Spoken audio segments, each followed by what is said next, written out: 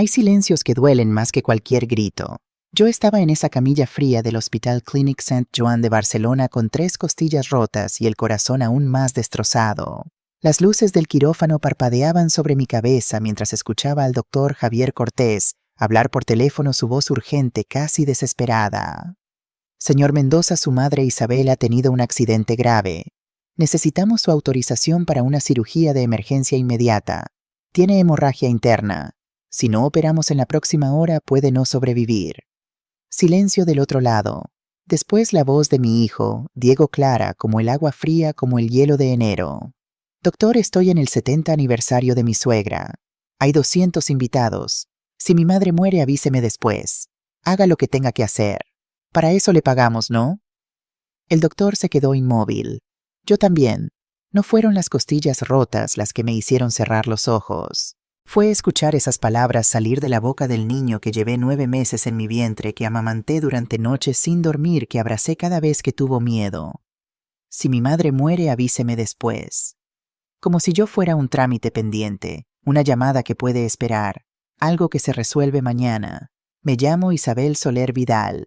Tengo 58 años. Y esa noche, en esa camilla de hospital, mientras los médicos corrían para salvarme la vida, entendí algo que ninguna madre debería tener que aprender: criar a un hijo no garantiza que te vea como humana. Pero hay algo que mi hijo Diego no sabía, algo que nadie en esa sala de emergencias sabía, excepto el doctor Javier, que sostenía mi mano mientras me preparaban para cirugía. Yo no era solo una madre abandonada en un hospital, yo era la dueña de ese hospital. Y cuando desperté horas después con el cuerpo cosido y el alma partida en dos, el doctor Cortés se inclinó hacia mí y susurró algo que me hizo abrir los ojos de verdad. Su hijo no sabe quién es usted realmente, ¿verdad, Isabel? Sonreí apenas porque en ese momento supe que todo iba a cambiar. Pero para contarte cómo llegué hasta aquí necesito regresar al principio, al día en que todo parecía perfecto, al día en que yo creía que el amor de una madre podía conquistarlo todo. Qué equivocada estaba. Déjame llevarte a un tiempo en que mi vida olía a café recién hecho y a gardenias del jardín. Hace 25 años, cuando Diego tenía apenas 5 años, yo me levantaba todas las mañanas a las 6. No porque tuviera que hacerlo, sino porque amaba esos momentos de silencio antes de que la casa despertara. Me sentaba en el patio trasero de nuestra casa en Sarriá-Sant Gervasi con mi taza de porcelana entre las manos y observaba cómo el sol doraba las bugambillas que trepaban por el muro de piedra. Barcelona despertaba despacio en esas horas. El olor del pan recién horneado subía desde la panadería de la Rambla del Prat, mezclándose con el aroma de mi café. Mi esposo Fernando todavía dormía en esas horas. Él trabajaba hasta tarde en su despacho de abogacía mercantil en Paseo de Gracia. Y yo administraba el patrimonio familiar que heredé de mi padre. Papá fue médico. Un hombre brillante visionario que fundó el Hospital Clínic Sant Joan cuando yo tenía apenas 12 años. Empezó con 20 camas y un sueño: atención médica de excelencia para las familias catalanas que no querían depender solo del sistema público. Cuando él murió yo tenía 28 años y acababa de dar a luz a Diego. Me dejó todo: el hospital, las propiedades en el Example, las inversiones en farmacéuticas. Mi hermano mayor, Tomás, recibió solo una parte menor. Papá fue claro en su testamento: Isabel tiene mi visión. Ella sabrá multiplicar lo que construí. Tomás nunca me lo perdonó. Dejó de hablarme el día del funeral. 25 años sin una palabra, sin una llamada, sin saber de su vida. Pero esa es otra historia que te contaré después. Yo me dediqué a criar a Diego mientras dirigía el hospital desde las sombras. Contraté a los mejores administradores: el doctor Javier Cortés, como director médico Aurora Valls, como gerente financiera Mark Soler, como jefe de operaciones. Modernizamos los quirófanos. Trajimos especialistas de Londres y Zúrich. El Hospital Clínic Sant Joan se convirtió en referencia en Cataluña. Pero nadie sabía que detrás estaba yo. Yo era la señora Soler de Mendoza, la esposa del abogado Fernando Mendoza, la madre que llevaba a su hijo a clases de natación en el Club Barcino los martes y jueves, la mujer que organizaba las cenas navideñas y horneaba panelets en octubre para la castañada. Fernando insistió en eso desde el principio de nuestro matrimonio, en una conversación que todavía recuerdo palabra por palabra. Estábamos cenando en el comedor, Diego dormía arriba. Fernando dejó su copa de vino y me miró con esa seriedad que usaba cuando quería sonar importante. Isabel, una mujer de tu posición no debe andar presumiendo negocios. Deja que los hombres manejen la cara pública. Tú eres demasiado valiosa para exponerte a críticas. Yo acepté porque lo amaba, porque creía que proteger a mi familia era más importante que cualquier reconocimiento público, porque pensaba que ser una buena esposa significaba hacerme pequeñita para que mi marido brillara. ¡Qué ingenua fui! Diego creció rodeado de comodidades que él creía que venían del trabajo de su padre. El penthouse de 4 plantas en Sarriá con vistas al Tibidabo, las vacaciones en nuestra casa de Cadaqués cada verano, su colegio suizo internacional en Les Corts, donde la matrícula costaba 25.000 euros al año, el Mercedes clase E que le regalamos cuando cumplió 18. Nunca le dije la verdad. Nunca le dije que cada euro que pagaba su educación salía de mi herencia, de mi trabajo silencioso, de mis decisiones financieras que multiplicaron el patrimonio familiar 5 veces en 2 décadas. Yo quería que fuera feliz, que no cargara con el peso de saber que su madre era más que una ama de casa, que simplemente disfrutara de ser mi hijo. Recuerdo una tarde de domingo. Diego tenía tal vez 7 años. Estábamos en el jardín. Él perseguía mariposas amarillas entre los rosales. Tropezó y se raspó la rodilla contra el borde de la fuente de piedra. Vino corriendo hacia mí llorando con esos ojos castaños llenos de lágrimas que siempre me partían el corazón. Lo abracé. Le limpié la herida. Le di un beso en la frente. Mamá siempre va a cuidarte, mi amor. Siempre. No importa qué pase. Él me abrazó tan fuerte que sentí su corazón latir contra mi pecho. Te quiero, mami. Eres la mejor mamá del mundo. Guardé ese momento como se guarda una joya. Pensé que sería eterno. Los años pasaron como pasan las estaciones en Barcelona, rápido, hermosos, llenos de pequeñas alegrías que no sabes que son las últimas hasta que ya se fueron. Diego creció. Se hizo adolescente, después joven adulto. Estudió administración de empresas en ESADE, una de las mejores escuelas de negocios de España. Yo pagué los 60.000 euros que costó su MBA. Fernando firmó el cheque. Diego agradeció a su padre. Y yo sonreí. Siempre sonreía. Diego conoció a Sofía Reyes cuando tenía 25 años. Ella trabajaba en marketing para una empresa de cosméticos en el Paseo de Gracia. Era guapa, no voy a negarlo. Rubia, delgada, de esas que saben sonreír en el momento exacto y decir exactamente lo que la gente quiere escuchar. Venía de una familia de Granada con dinero, pero no tanto como nosotros. Su padre, Carlos Reyes, tenía 3 restaurantes con estrellas Michelin en Andalucía. Su madre, Beatriz, había sido modelo en los años 80. Gente bien, como se dice, pero no de nuestro nivel. Desde el primer día sentí algo raro. No eran celos de suegra, aunque sé que pensarás eso. Era intuición. Esa sensación visceral que tenemos las mujeres cuando sabemos que algo no cuadra, aunque no podamos explicar exactamente qué. La forma en que Sofía me miraba cuando yo hablaba, como si estuviera evaluándome, como si yo fuera un obstáculo que necesitaba sortear para llegar a algo más grande. Recuerdo la primera cena. Sofía llegó a casa con un vestido Chanel, después supe que era alquilado tacones. Louboutin falsificados, descubrí años más tarde, y una sonrisa que mostraba todos sus dientes blancos perfectos.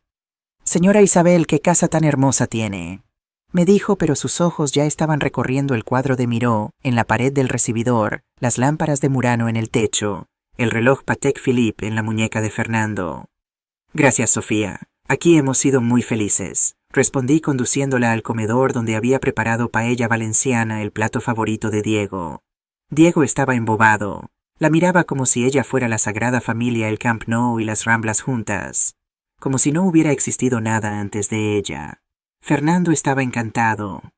Por fin Diego encontró una mujer de familia decente, me dijo esa noche en la cama después de que la pareja se fuera.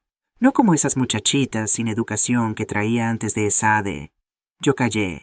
Siempre callaba cuando Fernando hablaba así, con esa superioridad que usa la gente que nunca ha tenido que construir nada con sus propias manos.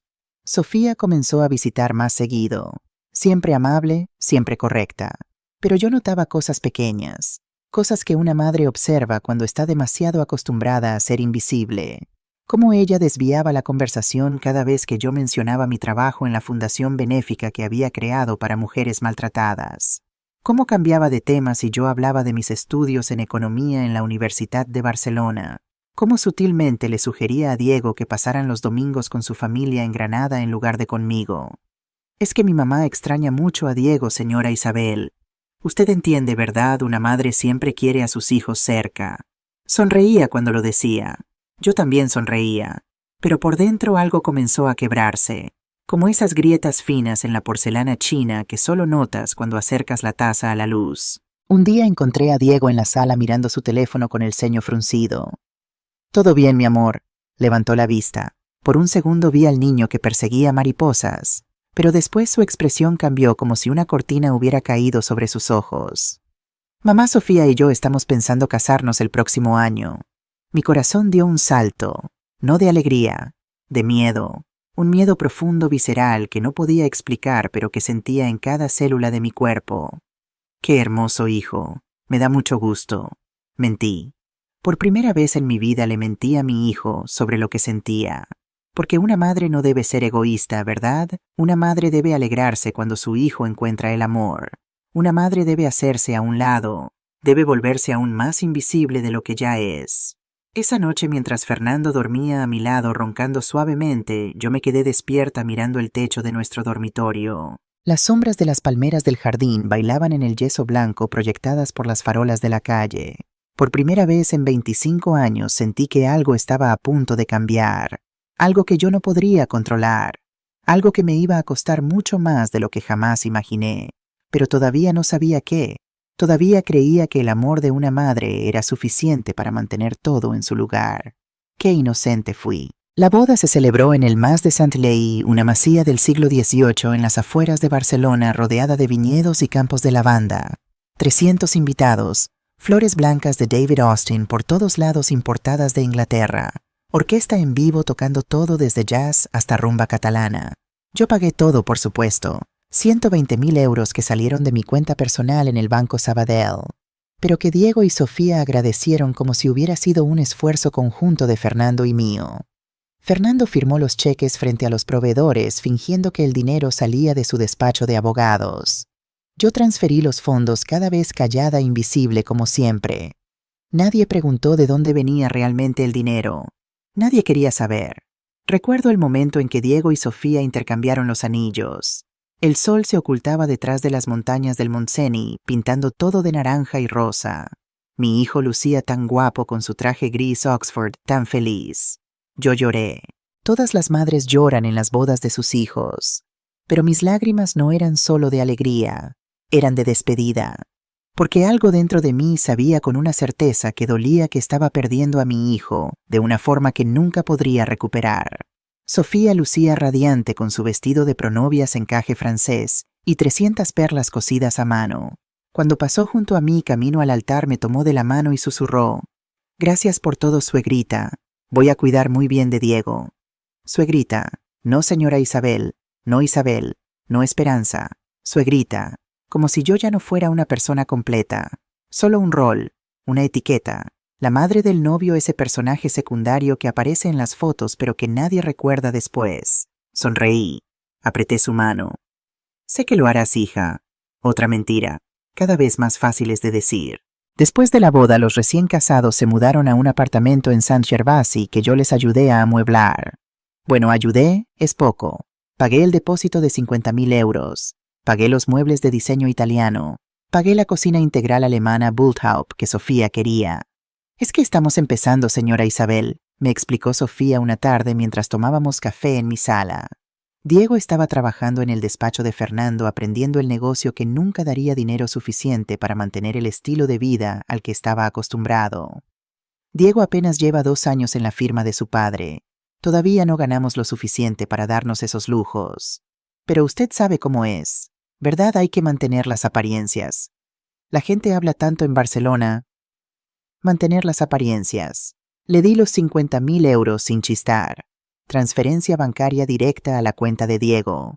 Fernando firmó el papel de autorización. Yo apreté el botón de confirmación en mi ordenador. Invisible. Siempre invisible. Los primeros meses después de la boda, Diego todavía venía a visitarme los domingos. Llegaba solo sin Sofía y almorzábamos juntos en el patio como cuando era niño. Yo preparaba sus platos favoritos canelones de la abuela Butifarra con monjetes crema catalana de postre. Nos sentábamos bajo la pérgola de glicinas con el sonido de la fuente como música de fondo. ¿Y Sofía? Le preguntaba yo mientras le servía más vino. Está con su mamá, ya sabes cómo son las mujeres. Necesitan su tiempo juntas. Asentía. Servía más canelones. No decía que yo también era mujer, que yo también necesitaba tiempo con mi hijo. Pero las visitas se fueron espaciando. Primero fue cada 2 semanas, después una vez al mes, después solo en fechas especiales, mi cumpleaños, Navidad, San Jordi. Mamá, es que estamos muy ocupados con el trabajo y el apartamento nuevo. Mamá, es que Sofía no se siente bien. Creo que algo le cayó mal en el almuerzo. Mamá, es que tenemos una cena con los padres de Sofía. Ya sabes, hay que fortalecer lazos familiares. Cada excusa era razonable. Cada justificación tenía sentido, pero el vacío crecía. Como una planta que se marchita por falta de agua, nuestra relación se fue secando hoja por hoja, visita por visita. Una tarde de jueves no pude más. Decidí visitarlos sin avisar. Llevaba un tupper con cochinita pibil que había preparado especialmente para Diego. Sabía que era su plato favorito, el que le recordaba a nuestras vacaciones en México cuando tenía 12 años. Toqué el timbre de su apartamento. Una vez. 2 veces, 3 veces. Escuché pasos adentro, voces, risas. Sofía abrió la puerta. Su sonrisa se congeló cuando me vio como si acabara de encontrar una cucaracha en su cocina inmaculada. Señora Isabel, qué sorpresa. No dijo qué gusto o qué alegría. Dijo qué sorpresa, con el mismo tono que usaría si te llegara una multa de tráfico por correo. Hola, hija. Pasaba por aquí y les traje cochinita. Sé que a Diego le encanta. Se quedó parada en el marco de la puerta sin invitarme a pasar. Detrás de ella, podía ver la mesa del comedor puesta para 4 personas.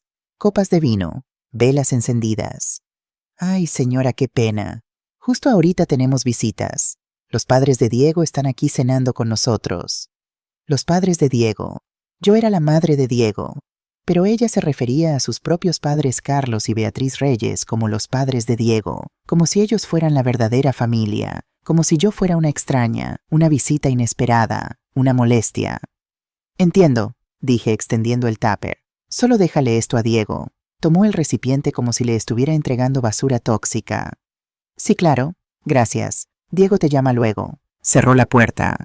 Me quedé ahí parada en ese pasillo que olía a comida de otras familias y a ambientador barato. El eco de esa puerta cerrándose rebotó en mis oídos como un disparo. Volví a mi coche. Me senté en el asiento del conductor. No arranqué. Saqué mi teléfono y marqué a Diego. Buzón de voz. Marqué otra vez. Buzón de voz. Esperé 15 minutos. Media hora. 1 hora. Nunca llamó. Esa noche Fernando llegó tarde como siempre. Yo estaba en la cocina preparando té de manzanilla que sabía que no iba a tomar. Solo necesitaba hacer algo con las manos para no gritar. ¿Qué te pasa, Isabel? Tienes cara de funeral. Nada, solo extraño a Diego. Fernando suspiró aflojándose la corbata Hermès que yo le había comprado por su cumpleaños. Ay, mujer, Diego ya es un hombre casado, tiene su propia vida. No puedes estar pegada a él como si todavía fuera un niño. Eso no es sano. Me dio un beso en la frente. Un beso automático sin sentimiento, como quien marca una casilla en una lista de tareas. Deberías buscarte un hobby, algo que te distraiga. No sé, toma clases de yoga en el club, métete al grupo de lectura de las señoras del barrio. Subió las escaleras hacia nuestro dormitorio, los zapatos resonando en el mármol. Yo me quedé ahí con mi té frío y mi corazón aún más frío. Un hobby. Yo dirigía un hospital de 150 camas. Supervisaba inversiones por valor de 40 millones de euros. Tomaba decisiones que afectaban a 300 empleados y miles de pacientes. Pero para mi esposo yo era una mujer aburrida que necesitaba distraerse porque su hijo ya no la visitaba. Los meses siguieron pasando como nubes grises sobre Barcelona. Las llamadas de Diego se hicieron más cortas, más esporádicas. Hola, mamá. Sí, todo bien.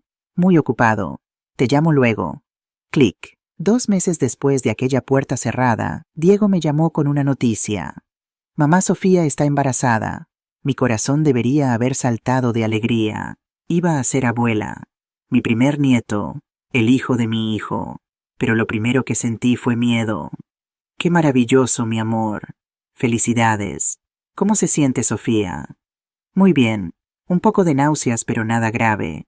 Oye, mamá, hay algo que queremos decirte. Aquí venía. Podía sentirlo. La mamá de Sofía va a quedarse con nosotros los primeros 3 meses después del parto, para ayudar con el bebé. Ya sabes, ella tiene más experiencia reciente con niños pequeños. Más experiencia. Beatriz Reyes, que tenía una empleada para todo en su casa de Granada, que probablemente no había cambiado un pañal en 30 años, tenía más experiencia que yo. Yo que había criado a Diego sola mientras manejaba un imperio médico. Yo que me quedaba despierta noches enteras cuando tenía fiebre. Yo que conocía cada llanto, cada gesto, cada necesidad de mi hijo Higo, antes de que él mismo supiera qué necesitaba. Claro, hijo, lo que necesiten. Otra mentira. Cada vez más grandes, cada vez más fáciles. Colgué el teléfono y me senté en el sofá de mi sala rodeada de lujo que había construido con mi trabajo en una casa que de repente se sentía como una tumba hermosa. Y por primera vez permití que un pensamiento oscuro cruzara mi mente. ¿En qué momento me volví invisible para mi propio hijo? ¿En qué momento dejé de ser Isabel Soler Vidal, la mujer que construyó todo esto, y me convertí en solo mamá? Una mamá que estorba, que sobra, que necesita buscarse un hobby. Mateo nació en una tarde de marzo, cuando Barcelona olía a azahar y las jacarandás empezaban a florecer. Yo estaba en la sala de espera del Hospital Clínic Sant Joan, mi propio hospital, el que fundó mi padre, el que yo convertí en referencia médica, pero estaba ahí como abuela, solo como abuela. Irónico, ¿verdad? Sofía había insistido en dar a luz en el Clínic Sant Joan porque era el mejor hospital privado de Cataluña. Yo pagaba el salario del ginecólogo que la atendió el doctor Pere Martínez. Yo había aprobado la compra de las incubadoras de última generación en neonatología. Yo había supervisado la reforma de las suites de maternidad 3 años atrás. Pero nadie lo sabía. Ni Sofía, ni Diego, ni siquiera Beatriz, que se paseaba por los pasillos como si fuera la dueña del lugar repartiendo órdenes a las enfermeras. Diego salió de la sala de partos a las 6 de la tarde. Tenía los ojos brillantes, la camisa arrugada, esa sonrisa que no había visto en su cara desde que era niño. Mamá, es un varón, se llama Mateo. Pesa 3 kilos 400 gramos. Es perfecto. Lo abracé. Olía a sudor y a felicidad y a esa mezcla extraña de desinfectante y vida nueva que tienen todos los hospitales. Felicidades, mi amor. Estoy tan orgullosa de ti. ¿Quieres conocerlo? Claro que sí. Entré a la habitación 407. Sofía estaba recostada en la cama ajustable, pálida pero radiante, con el bebé en brazos. A su lado, Beatriz acariciaba la cabecita del recién nacido con una devoción casi religiosa. Mira nada más, mi nieto hermoso, igualito a Sofía cuando nació. Esos ojitos, esa naricita. Sofía sonrió exhausta pero feliz. Mamá dice que tiene tu boca, amor, le dijo a Diego. Nadie mencionó que el bebé se pareciera a mí. Nadie dijo que tenía mis orejas o la forma de mi frente o el color de pelo de mi familia. Me acerqué, extendí los brazos. ¿Puedo cargarlo? Sofía dudó. Solo un segundo, pero lo noté. Como notas cuando alguien vacila antes de mentirte. Claro, señora Isabel, solo que está muy delicado. Hay que sostenerle bien la cabecita. Como si yo no supiera cargar a un bebé. Como si yo no hubiera cargado a Diego 1000 veces. Como si los 31 años desde que di a luz hubieran borrado toda mi memoria muscular, toda mi experiencia, todo mi instinto de madre. Tomé a Mateo en mis brazos. Era tibio, suave, perfecto. Olía a esa mezcla de talco y leche materna que tienen todos los recién nacidos. Sentí una oleada de amor tan fuerte que me dolió físicamente el pecho. Hola, mi cielo, soy tu abuela Isabel. Beatriz se aclaró la garganta con ese sonido que hacen las mujeres cuando quieren interrumpir sin parecer groseras. Bueno, en realidad nosotros le vamos a decir Yaya Bea y Yayo Carlos para que no se confunda con tantos nombres, ¿verdad, Sofía? Sofía asintió, acomodándose mejor en la cama. Sí, mamá, así es más fácil para el bebé. 2 abuelas con nombres largos lo van a confundir. ¿Y yo? Pregunté, aunque ya sabía la respuesta. Podía sentirla formándose en el aire, densa y amarga. Usted puede ser, no sé, abuela Isa, o simplemente Isabel, como prefiera. Abuela Isa, ni siquiera abuela Isabel completa, solo Isa, como si mi nombre fuera demasiado largo, demasiado importante, demasiado. Claro, Dije con una voz que no reconocí como mía. Como ustedes prefieran. Devolví al bebé a Sofía. Salí de la habitación con una excusa sobre el tráfico en la diagonal. En el elevador del hospital una enfermera me reconoció. Lupita, una mujer de Oaxaca que llevaba 15 años trabajando en el clinic. Señora Soler, qué gusto verla. ¿Todo bien? Sí, Lupita, todo bien. Acabo de conocer a mi nieto. Qué bendición, señora. Felicidades. Sonreí. Apreté el botón del piso de estacionamiento, pero por dentro algo se estaba pudriendo. Decidí que no importaba, que lo importante era estar presente. Así que hice lo que hacen las abuelas que aman a sus nietos aunque no sean amadas de vuelta. Compré ropa de bebé en el Corte Inglés, pijamas de algodón orgánico, bodies con dibujos de animales, zapatitos que nunca usaría porque Sofía solo vestía a Mateo con marcas italianas. Mandé a hacer un Moisés de mimbre desde Florencia, 600 euros que pagué de mi cuenta personal. Lo enviaron directamente al apartamento de Diego. Contraté a una nutrióloga para diseñar menús especiales para Sofía durante la lactancia, 1.200 euros al mes. Diego agradeció a Fernando por el regalo. Enviaba todo a su apartamento, a veces con una nota, a veces solo con el remitente con cariño abuela Isa. Diego me llamaba para agradecer con esas llamadas cortas que se sienten como trámites. Gracias, mamá. El Moisés está hermoso. Gracias, mamá. La ropa que mandaste es de muy buena calidad. Pero nunca me invitaban a visitarlos. Es que Mateo todavía está muy chiquito, mamá. El pediatra dice que no debe tener mucha exposición a visitas. El sistema inmune, ya sabes. Es que estamos en una rutina muy estricta de sueño, mamá. Si viene alguien se descontrola todo. Es que la casa está hecha un desastre, mamá. Mejor en unas semanas. Semanas que se convirtieron en meses. Yo veía a mi nieto en fotos que Sofía subía a Instagram. H. Sofía Mendoza Style. 23,000 seguidores que veían lo que yo no podía ver en persona. Mateo con Yaya Bea en el parque. Mateo con Yayo Carlos en Portaventura. Mateo en el jardín de la Casa de los Reyes en Granada. Yo no aparecía en ninguna foto, como si no existiera, como si el dinero que pagaba todo fuera invisible. Como yo. El primer cumpleaños de Mateo fue en una casa de eventos en Castelldefels. Globos azules y blancos. Mesa de postres con cupcakes artesanales. Animadores disfrazados de personajes de Disney. Yo llegué temprano. Llevaba un regalo enorme, una bicicleta de madera hecha a mano en Dinamarca. 1.000 euros que pagué con gusto porque era para mi nieto. La casa estaba decorada como si fuera una boda real, pero lo que más me dolió fue la mesa principal. Había fotos enormes enmarcadas. Mateo con Sofía, Mateo con Diego, Mateo con Yaya Bea, Mateo con Yayo Carlos. Ni una sola foto conmigo. Era como si yo no existiera en la vida de mi nieto. Sofía me saludó con su sonrisa de catálogo, esa que usa para las fotos de Instagram. Señora Isabel, qué gusto. Mire, siéntese por acá con las tías de Diego. Me sentó en una mesa lateral, lejos de la familia, lejos del festejado, con primas lejanas de Diego que no había visto en 10 años y que apenas me recordaban. Durante toda la fiesta vi cómo Beatriz cargaba a Mateo, cómo le daba pedazos de pastel, cómo le limpiaba la carita con servilletas bordadas con su nombre. Yo estaba a 5 metros de distancia, pero podría haber estado en otro planeta. Esa noche sola en mi casa de Sarriá, que de repente se sentía demasiado grande y demasiado vacía, me senté en el patio donde solía tomar café 25 años atrás. Las gardenias todavía estaban ahí, pero ya no olían igual. O tal vez era yo la que había cambiado. Saqué mi teléfono, marqué a Diego, sonó 5 veces, buzón de voz, marqué otra vez, buzón de voz, una tercera vez. Finalmente contestó. Podía escuchar voces de fondo, música, risas. Mamá, ¿qué pasa? Es tardísimo. Eran las 9 de la noche. Solo quería saber si llegaron bien a casa y agradecerte por invitarme a la fiesta de Mateo. Silencio del otro lado. Un silencio que duró 3 segundos, pero se sintió como 3 años. Sí, mamá. Todo bien. Oye, estoy muy cansado. ¿Hablamos mañana? Claro, hijo. Descansa. Colgó.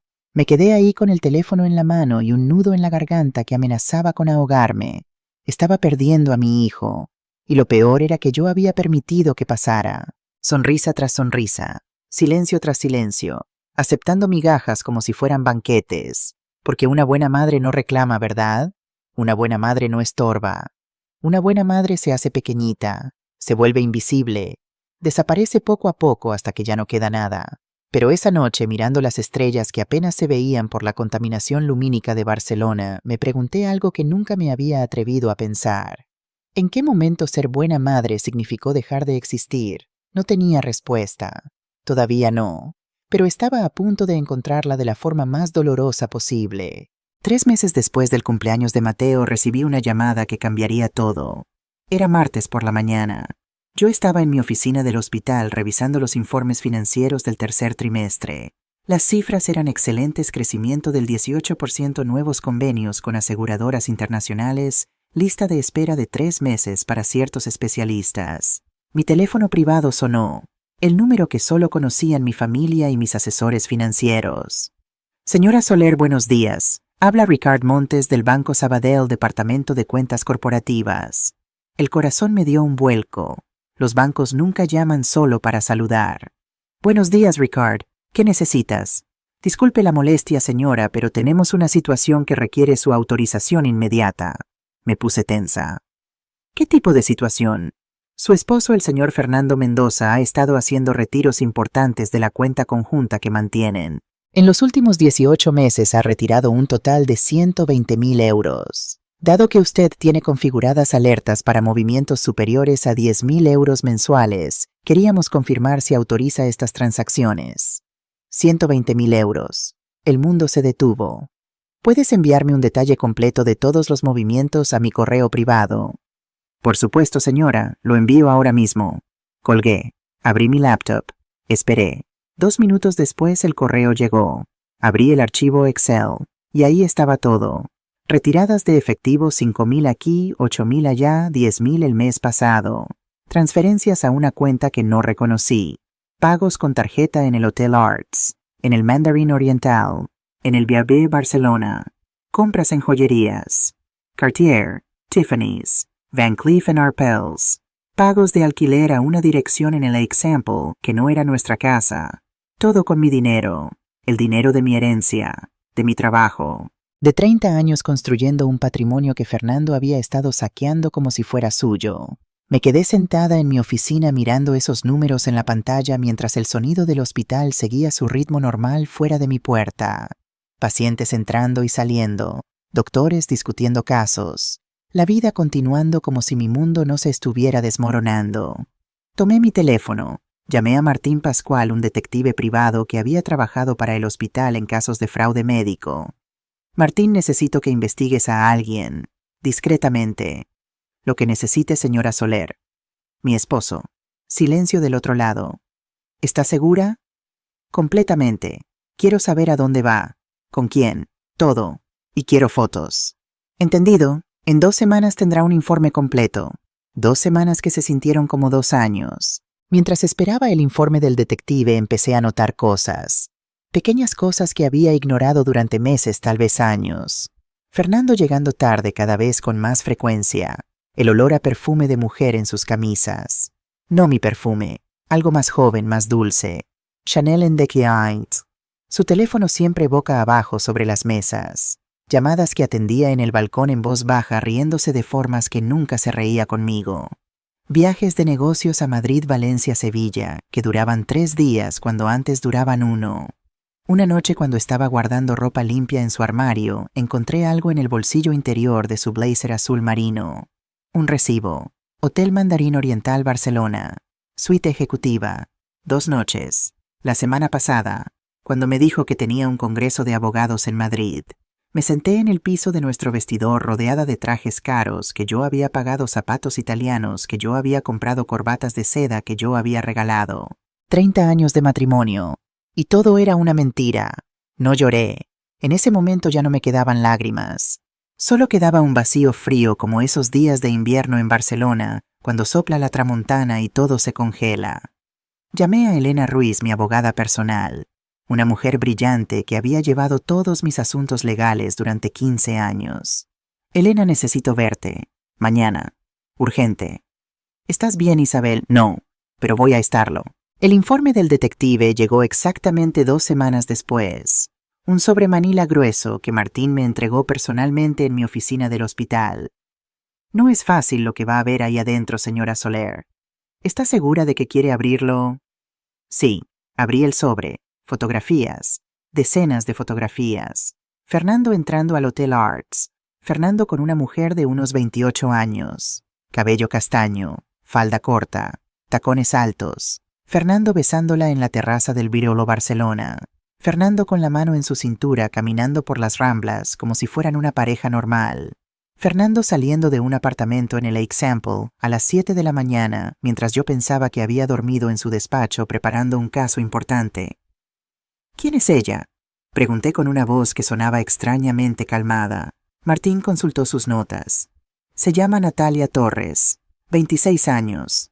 Trabaja como asistente legal en el despacho de su esposo. Vive en un apartamento en la calle Valencia que según los registros de propiedad fue arrendado hace 8 meses. ¿Por quién? Por una empresa llamada Mendoza Consulting S.L., una compañía registrada a nombre de su esposo. Con mi dinero. Fernando estaba manteniendo a su amante de 26 años con mi herencia, con el dinero que mi padre ganó operando pacientes durante 40 años, con el patrimonio que yo multipliqué dirigiendo el hospital. Cerré el sobre. Gracias, Martín. ¿Cuánto te debo? Son 3.000 euros por 2 semanas de investigación. Le di un cheque. Nos dimos la mano. Salió de mi oficina. Yo me quedé sentada ahí rodeada de diplomas médicos en las paredes, fotos de mi padre inaugurando el hospital, certificados de excelencia que habíamos ganado bajo mi dirección. Y por primera vez en 30 años sentí algo que no había sentido nunca: rabia. Rabia pura, cristalina, brillante. No tristeza, no dolor, no decepción. Rabia. Esa noche esperé a Fernando en la sala. Era miércoles. Él llegó a las 11 como siempre. Corbata aflojada, chaqueta sobre el hombro, olor a Natalia Torres envuelto en su piel. Isabel todavía despierta. Siéntate, Fernando, necesitamos hablar. Algo en mi voz debió alertarlo porque se puso pálido, pero se sentó en el sofá frente a mí fingiendo confusión. ¿Qué pasa? ¿Todo bien? Saqué el sobre manila. Lo puse sobre la mesa de centro que separaba nuestras vidas. Abre. ¿Qué es esto? Abre. Fernando abrió el sobre con manos que empezaron a temblar. Sacó las fotos, una por una, su cara pasando de confusión a terror a pánico. Isabel, ¿yo puedo explicar? No. Por favor, déjame. He dicho que no. No quiero explicaciones. Quiero que sepas 3 cosas. Tomé aire. Mi voz salió firme, clara, sin un solo temblor. Primero, sé que has robado 120.000 euros de nuestra cuenta conjunta en 18 meses. Mi banco me informó. Segundo, sé que tienes una amante de 26 años que trabaja en tu despacho. Sé que le pagas un apartamento de 1.500 euros al mes. Sé que le compraste un Audi y joyas de Cartier. Tercero, sé que todo eso lo pagaste con mi dinero. El dinero de mi herencia. El dinero de mi trabajo. Fernando se hundió en el sofá como un muñeco al que le hubieran cortado los hilos. Isabel, perdóname. Fue un error. Un error terrible. Te amo. Tú eres mi esposa. Deja de hablar. Me levanté. Caminé hacia el mueble bar. Saqué una copa de cristal. Me serví coñac Remy Martin que costaba 300 euros la botella. Lo bebí despacio, de pie, mirando al hombre con quien había compartido 30 años de mi vida. Mañana mi abogada te enviará los papeles de divorcio. Tienes un mes para encontrar dónde vivir. Después de eso, si sigues aquí, te sacaré legalmente. Isabel, no puedes hacer esto. 30 años de matrimonio. 30 años en los que fui invisible. 30 años en los que mi único valor era mi cuenta bancaria. Se acabó, Fernando. Se levantó. Caminó hacia mí. Intentó tocar mi brazo. Me aparté. No me toques. Nunca más. Fernando salió de la casa esa noche. No sé a dónde fue. Probablemente al apartamento de Natalia Torres a llorar en sus brazos jóvenes y decirle que su terrible esposa lo había echado. Yo me quedé en mi sala. Bebí el resto del coñac. Y por primera vez en décadas me sentí ligera, como si me hubiera quitado un abrigo que pesaba demasiado y que llevaba puesto tanto tiempo que había olvidado cómo se sentía respirar sin él. 3 días después, mientras estaba en mi oficina del hospital revisando contratos de proveedores, mi teléfono sonó. Diego. Dudé antes de contestar, pero era mi hijo. Siempre sería mi hijo. Hola, mamá. ¿Qué está pasando con papá? Su voz sonaba alterada, confundida, casi histérica. Tu padre y yo nos vamos a divorciar. ¿Qué por qué? ¿Cuándo decidieron esto? Yo lo decidí hace 3 días, cuando descubrí que lleva año y medio robándome dinero para mantener a su amante. Silencio absoluto. No puede ser. Papá no haría eso. Tu padre ha estado teniendo una aventura con su asistente, una chica de 26 años. Le paga un apartamento, un coche, joyas. Todo con mi dinero. Mamá, tiene que haber una explicación.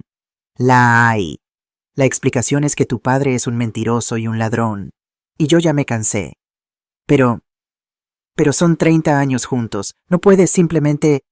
Sí puedo. Y lo estoy haciendo. Otro silencio. Después su voz cambió. Se volvió más dura. Más parecida a Fernando. ¿Y el dinero? ¿Qué va a pasar con el dinero de papá? Ahí estaba. La verdadera pregunta. Tu padre no tiene dinero, Diego. Nunca lo tuvo. Todo era mío. La casa, las inversiones, las cuentas. Todo viene de mi herencia. Eso no puede ser verdad. Papá es abogado. Tiene su despacho. El despacho de tu padre apenas sobrevive. Gana 40.000 euros al año si tienes suerte. Cada euro que has gastado en tu vida salió de mi patrimonio. Podía escuchar su respiración acelerada al otro lado de la línea. ¿Por qué nunca nos dijiste esto? Porque tu padre me pidió que no lo hiciera. Porque yo quería que fueras feliz sin la presión de saber la verdad. Porque fui una tonta que confundió amor con invisibilidad. Mamá, esto es... No sé qué decir. No tienes que decir nada. Solo necesito que sepas que las cosas van a cambiar. Ya no voy a seguir fingiendo. Ya no voy a seguir siendo invisible. Colgué antes de que pudiera responder. Mis manos temblaban. Pero no de miedo, de poder. Una semana después de esa conversación todo cambió. Era jueves, las 6:30 de la tarde. Salí del hospital más tarde de lo normal. Había tenido una junta complicada con los jefes de departamento sobre presupuestos para el próximo año. El cielo sobre Barcelona estaba gris. Amenazaba lluvia. Esa lluvia fina de noviembre que hace que todo brille, pero también que todo se vuelva resbaladizo. Subí a mi Mercedes. Puse música de Chopin en el estéreo. Manejé por la avenida Diagonal hacia Sarriá. Estaba pensando en todo y en nada. En Fernando empacando sus cosas en cajas. En Diego, que no había vuelto a llamar. En Mateo, mi nieto de 2 años que apenas me conocía. En la mujer en la que me había convertido 58 años sola e invisible. No vi la camioneta. Solo escuché el chirrido de las llantas, el grito de alguien en la calle, el impacto de metal contra metal. Después oscuridad. Desperté en una camilla. Luces blancas cegadoras. Voces apresuradas hablando en catalán. Tensión arterial cayendo. ¿Necesitamos tipo o negativo? 3 costillas fracturadas. Posible hemorragia interna. Dolor. Mucho dolor. Intenté moverme. No pude. Señora Soler, ¿puede oírme? Era la voz del doctor Javier Cortés. Mi amigo, el hombre que mi padre contrató 20 años atrás. Intenté hablar. Mi boca no respondía. Tiene traumatismo craneal leve, 3 costillas rotas y una laceración profunda en el brazo derecho. Necesitamos operarla para reparar una posible hemorragia interna. Es urgente. Más voces. Más movimiento. Sentí que me subían a un elevador. Las luces del techo pasaban rápidamente sobre mi cabeza. Y entonces escuché algo que me congeló la sangre más que cualquier dolor físico. El doctor Cortés hablando por teléfono. Su voz urgente, profesional, casi desesperada. Señor Diego Mendoza, silencio. Habla el doctor Javier Cortés del Hospital Clínic Sant Joan. Su madre Isabel Soler ha tenido un accidente automovilístico grave. Está aquí en urgencias. Necesitamos su autorización para una cirugía de emergencia inmediata. Tiene hemorragia interna. Si no operamos en la próxima hora puede no sobrevivir. Mi corazón latía tan fuerte que podía escucharlo en mis oídos. Silencio del otro lado del teléfono. Un silencio que duró una eternidad. Después la voz de mi hijo. Clara, fría, como si estuviera rechazando una llamada de telemarketing. Doctor, estoy en el aniversario número 70 de mi suegra. Hay 200 invitados. No puedo irme ahora. Es imposible. El doctor Cortés apretó el teléfono con más fuerza. Señor Mendoza, entiende que estamos hablando de vida o muerte. Su madre puede morir si no. Entiendo perfectamente, doctor, pero ya le dije que no puedo. Opere a mi madre si es necesario. Usted es el médico. Para eso le pagamos, ¿no? Si ella muere... Bueno, avíseme después. Ahora tengo que volver a la fiesta. Clic, colgó. El doctor Cortés se quedó inmóvil mirando el teléfono como si fuera un objeto extraño que nunca hubiera visto antes. Las enfermeras que estaban alrededor de mi camilla intercambiaron miradas. Lupita, la enfermera de Oaxaca, tenía lágrimas en los ojos. «Ese desgraciado», murmuró en voz tan baja que apenas la escuché. Yo tampoco lloré. No podía, porque en ese momento en esa camilla con el cuerpo roto y el alma aún más rota, entendí algo con una claridad que me dolió más que cualquier hueso fracturado. Mi hijo acababa de elegir un pastel de cumpleaños sobre mi vida. Yo podía morir. Y él prefería quedarse en una fiesta. El doctor Cortés se inclinó hacia mí. Me tomó la mano. «Isabel, ¿puede escucharme?», asentí levemente. «Voy a operarla ahora mismo. No necesitamos la autorización de su hijo. Usted está consciente y puede autorizar su propia cirugía. ¿Está de acuerdo?», volví a asentir. Él apretó mi mano. Después se inclinó más cerca, tan cerca, que solo yo pude escuchar lo que susurró. «Su hijo no sabe quién es usted realmente, ¿verdad?». Cerré los ojos. Una lágrima escapó rodando por mi sien hacia la camilla. «No», susurré. «No lo sabe». El doctor asintió. «Cuando despierte de la cirugía vamos a tener una conversación muy importante, Isabel, porque creo que es hora de que su familia sepa quién es usted de verdad». Me llevaron a cirugía. Durante las 3 horas que estuve en esa mesa de operaciones, mientras los médicos reparaban mis costillas rotas, mi hemorragia interna, mi cuerpo destrozado, algo más se estaba reparando. Mi dignidad, mi rabia se estaba convirtiendo en claridad, en determinación, en un plan. Desperté en recuperación a las 10 de la noche. El reloj en la pared marcaba las 22:17. El doctor Cortés estaba sentado junto a mi cama leyendo mi expediente médico. Cuando abrí los ojos, sonrió. «Bienvenida de vuelta, Isabel. La cirugía fue un éxito. Va a estar adolorida por unas semanas, pero va a recuperarse completamente». «Gracias», susurré. La garganta me ardía por el tubo de intubación. Miré alrededor de la habitación privada. Flores de la administración del hospital, tarjetas de algunos doctores, pero ningún rastro de Diego, ningún rastro de Fernando. «¿Mi esposo?», pregunté aunque ya sabía la respuesta. «Llegó hace 2 horas. Preguntó cómo estaba». Dijo que tenía que hacer unas llamadas importantes. No ha vuelto. Por supuesto que no. «¿Y mi hijo?». El doctor Cortés negó con la cabeza lentamente. «No ha llamado. No ha venido». Cerré los ojos. El cumpleaños de su suegra era más importante que saber si su madre estaba viva o muerta. «Javier», dije abriendo los ojos nuevamente. «Sí, necesito que me traigas mi teléfono. Y necesito que llames a Elena Ruiz, mi abogada. Dile que venga mañana a primera hora». «¿Estás segura? Acabas de salir de cirugía». «Completamente segura». Me miró a los ojos, y en su mirada vi algo que me dio fuerzas. Respeto. «Tu padre estaría orgulloso de ti, Isabel». «Espero que sí, porque voy a hacer algo que debí hacer hace 30 años». ¿Qué? Sonreí. Me dolió cada músculo de la cara, pero sonreí. Voy a dejar de ser invisible. La mañana llegó con luz dorada filtrándose por las persianas de la habitación 407, la misma habitación donde Sofía había dado a luz a Mateo 2 años atrás, la misma habitación donde yo había sido relegada a abuela Isa. Irónico que ahora estuviera aquí rota sola pero finalmente despierta. El doctor Cortés había cumplido su palabra. A las 8 en punto de la mañana, Elena Ruiz entró a mi habitación. Llevaba su maletín de cuero loewe y una expresión que mezclaba preocupación y furia profesional.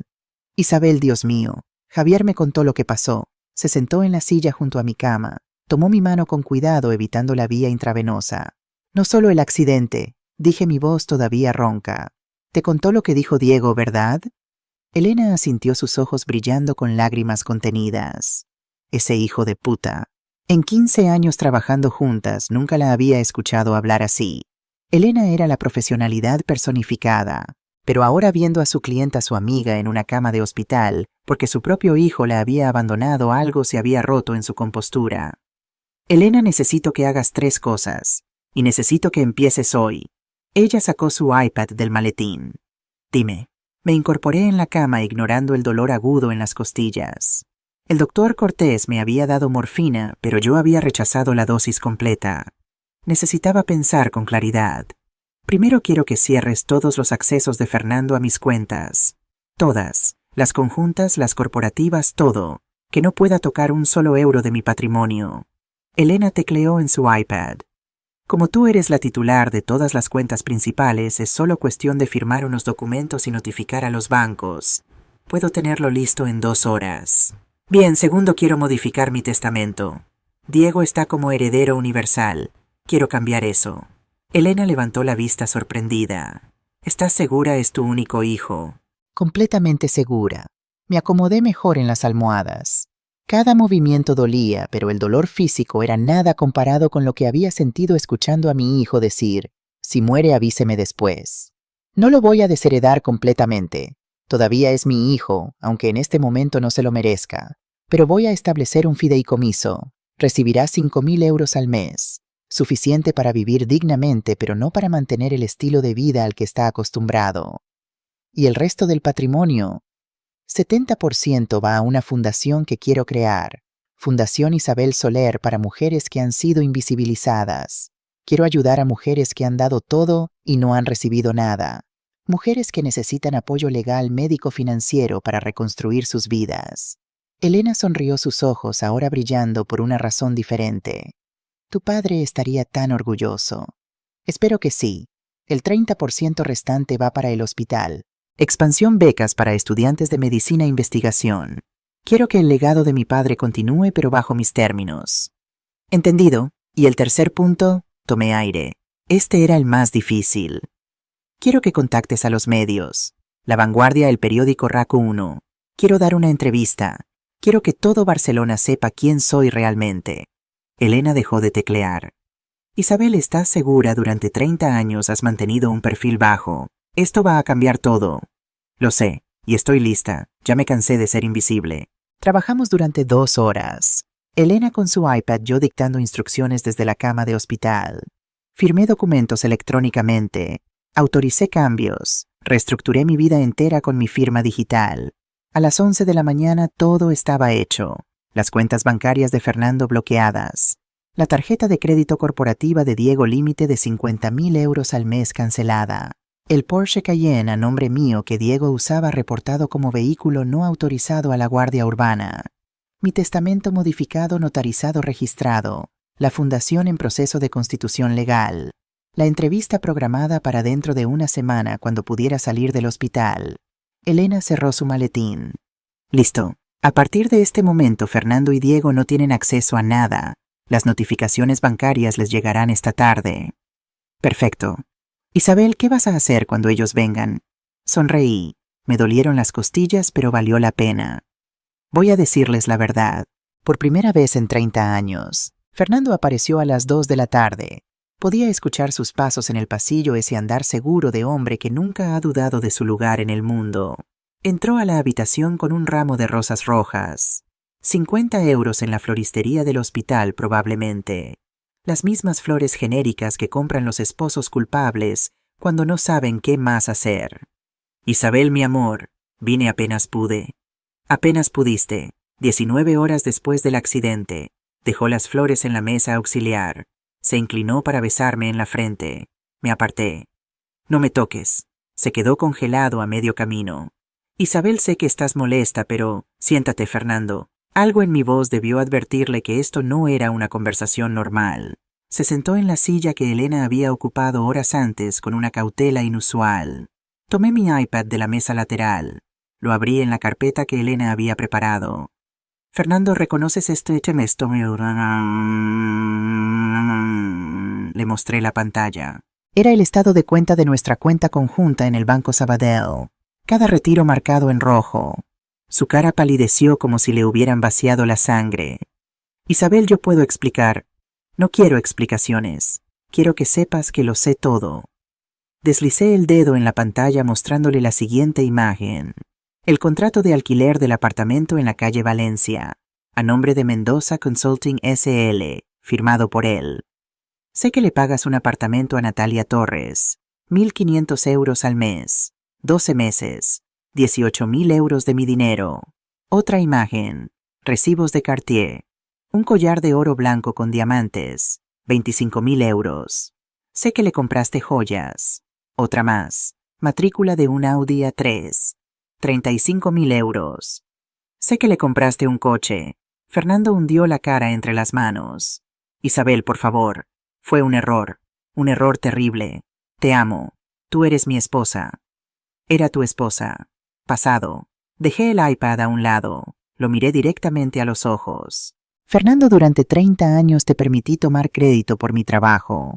Te permití fingir que la casa, el dinero, el estilo de vida, todo venía de ti. Te permití ser el hombre importante mientras yo era la esposa invisible. Isabel, cállate, todavía no termino. Mi voz salió más fuerte de lo que esperaba. En el pasillo una enfermera se asomó preocupada. Le hice un gesto de que todo estaba bien. Gasté 120.000 euros de mi herencia en tu amante. Dinero que mi padre ganó salvando vidas. Dinero que yo multipliqué dirigiendo el hospital que tú ni siquiera sabías que yo dirigía. Fernando levantó la vista confundido. ¿Qué hospital? Y ahí estaba, 30 años casado conmigo, y no sabía quién era yo realmente.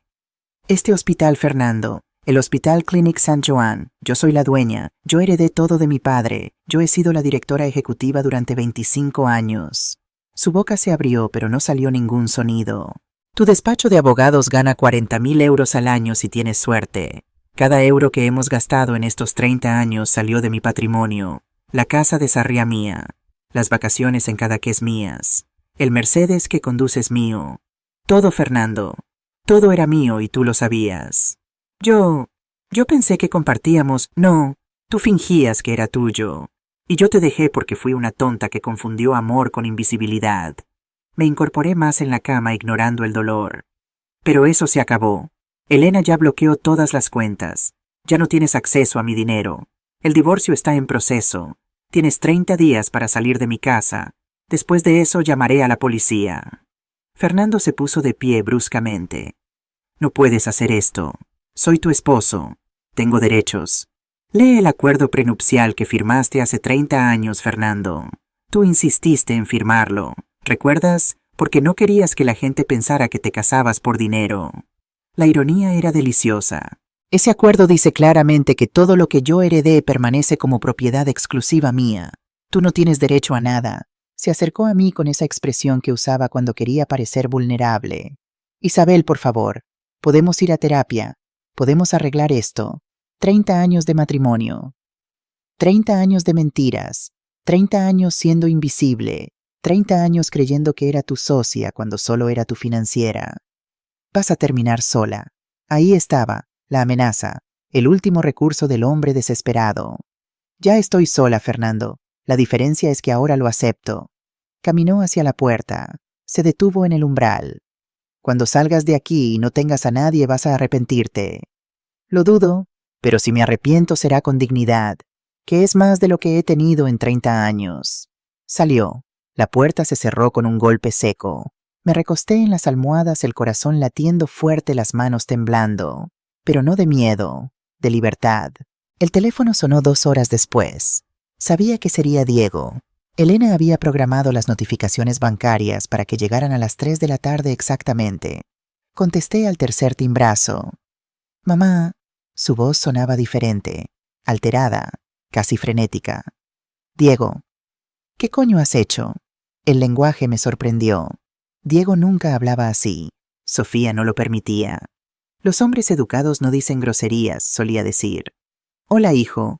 Me da gusto saber que estás vivo. Ya van 20 horas desde mi accidente. Casi muero, por cierto, pero seguro el cumpleaños de tu suegra estuvo increíble. Mamá, no es momento ¿para qué, Diego? Para sarcasmo, para honestidad, para decir las cosas como son. Mis tarjetas no funcionan. Intenté pagar en el Corte Inglés y me la rechazaron. ¿Tienes idea de la vergüenza? Sofía estaba conmigo. Llamé al banco y dijeron que la cuenta fue cancelada por la titular. Así es. ¿Por qué? Estás loca. Me reí.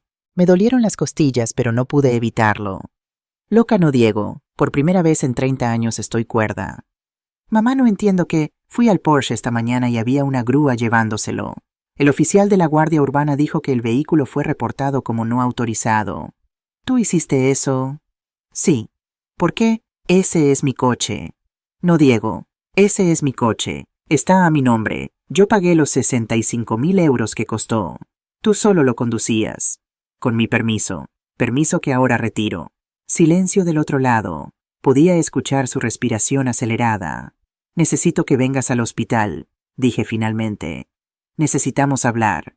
Ahora no puedo. Tengo que solucionar esto con el banco. Diego Mendoza Soler. Usé su nombre completo. Su nombre de nacimiento antes de que Fernando lo convenciera de usar solo Mendoza porque sonaba más profesional. Si no estás aquí en 2 horas, vas a descubrir que el coche y las tarjetas son lo menos que vas a perder. ¿Me estás amenazando, Ey? No, te estoy informando. 2 horas. Colgué. Diego llegó exactamente 1 hora y 40 minutos después. Sofía venía con él. Ella entró primero con ese andar de modelo que había perfeccionado. Llevaba un vestido Massimo Dutti, ya no podía permitirse Chanel sin mi dinero, y tacones que hacían eco en el piso de linóleo del hospital. Señora Isabel, esto es un abuso. Ni siquiera un ¿cómo está?, ni un lamento su accidente. Siéntense. Diego parecía haber envejecido 10 años en 2 días. Tenía ojeras profundas, el traje arrugado, ese brillo de privilegio que siempre había tenido en los ojos se había apagado.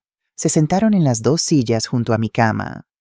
Diego, empecé mirándolo directamente. El doctor Javier Cortés te llamó anteayer. ¿Recuerdas que te dijo? Mamá, había mucha gente. Estaba confundido. Te dijo que yo había tenido un accidente grave, que necesitaba cirugía de emergencia o podía morir. ¿Recuerdas qué respondiste? Sofía intervino. Señora, Diego estaba en una situación difícil. Era el cumpleaños de mi madre. Habían 200 invitados. No te estoy hablando a ti, Sofía, le estoy hablando a mi hijo. Me volví hacia Diego. Dijiste, estoy en el aniversario de mi suegra. Si mi madre muere, avíseme después. Diego palideció. Yo no recuerdo haber dicho exactamente. El doctor Cortés lo grabó. Todas las llamadas de urgencias médicas se graban en este hospital. ¿Quieres que lo pongamos? Era mentira, pero necesitaba ver su reacción. No es necesario.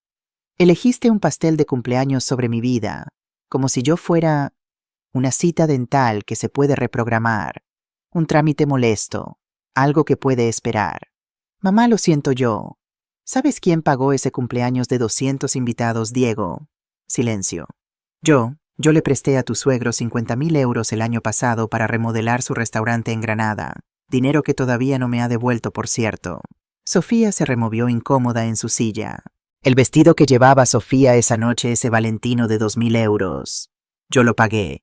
Me lo cobró como regalo de cumpleaños para tu nuera.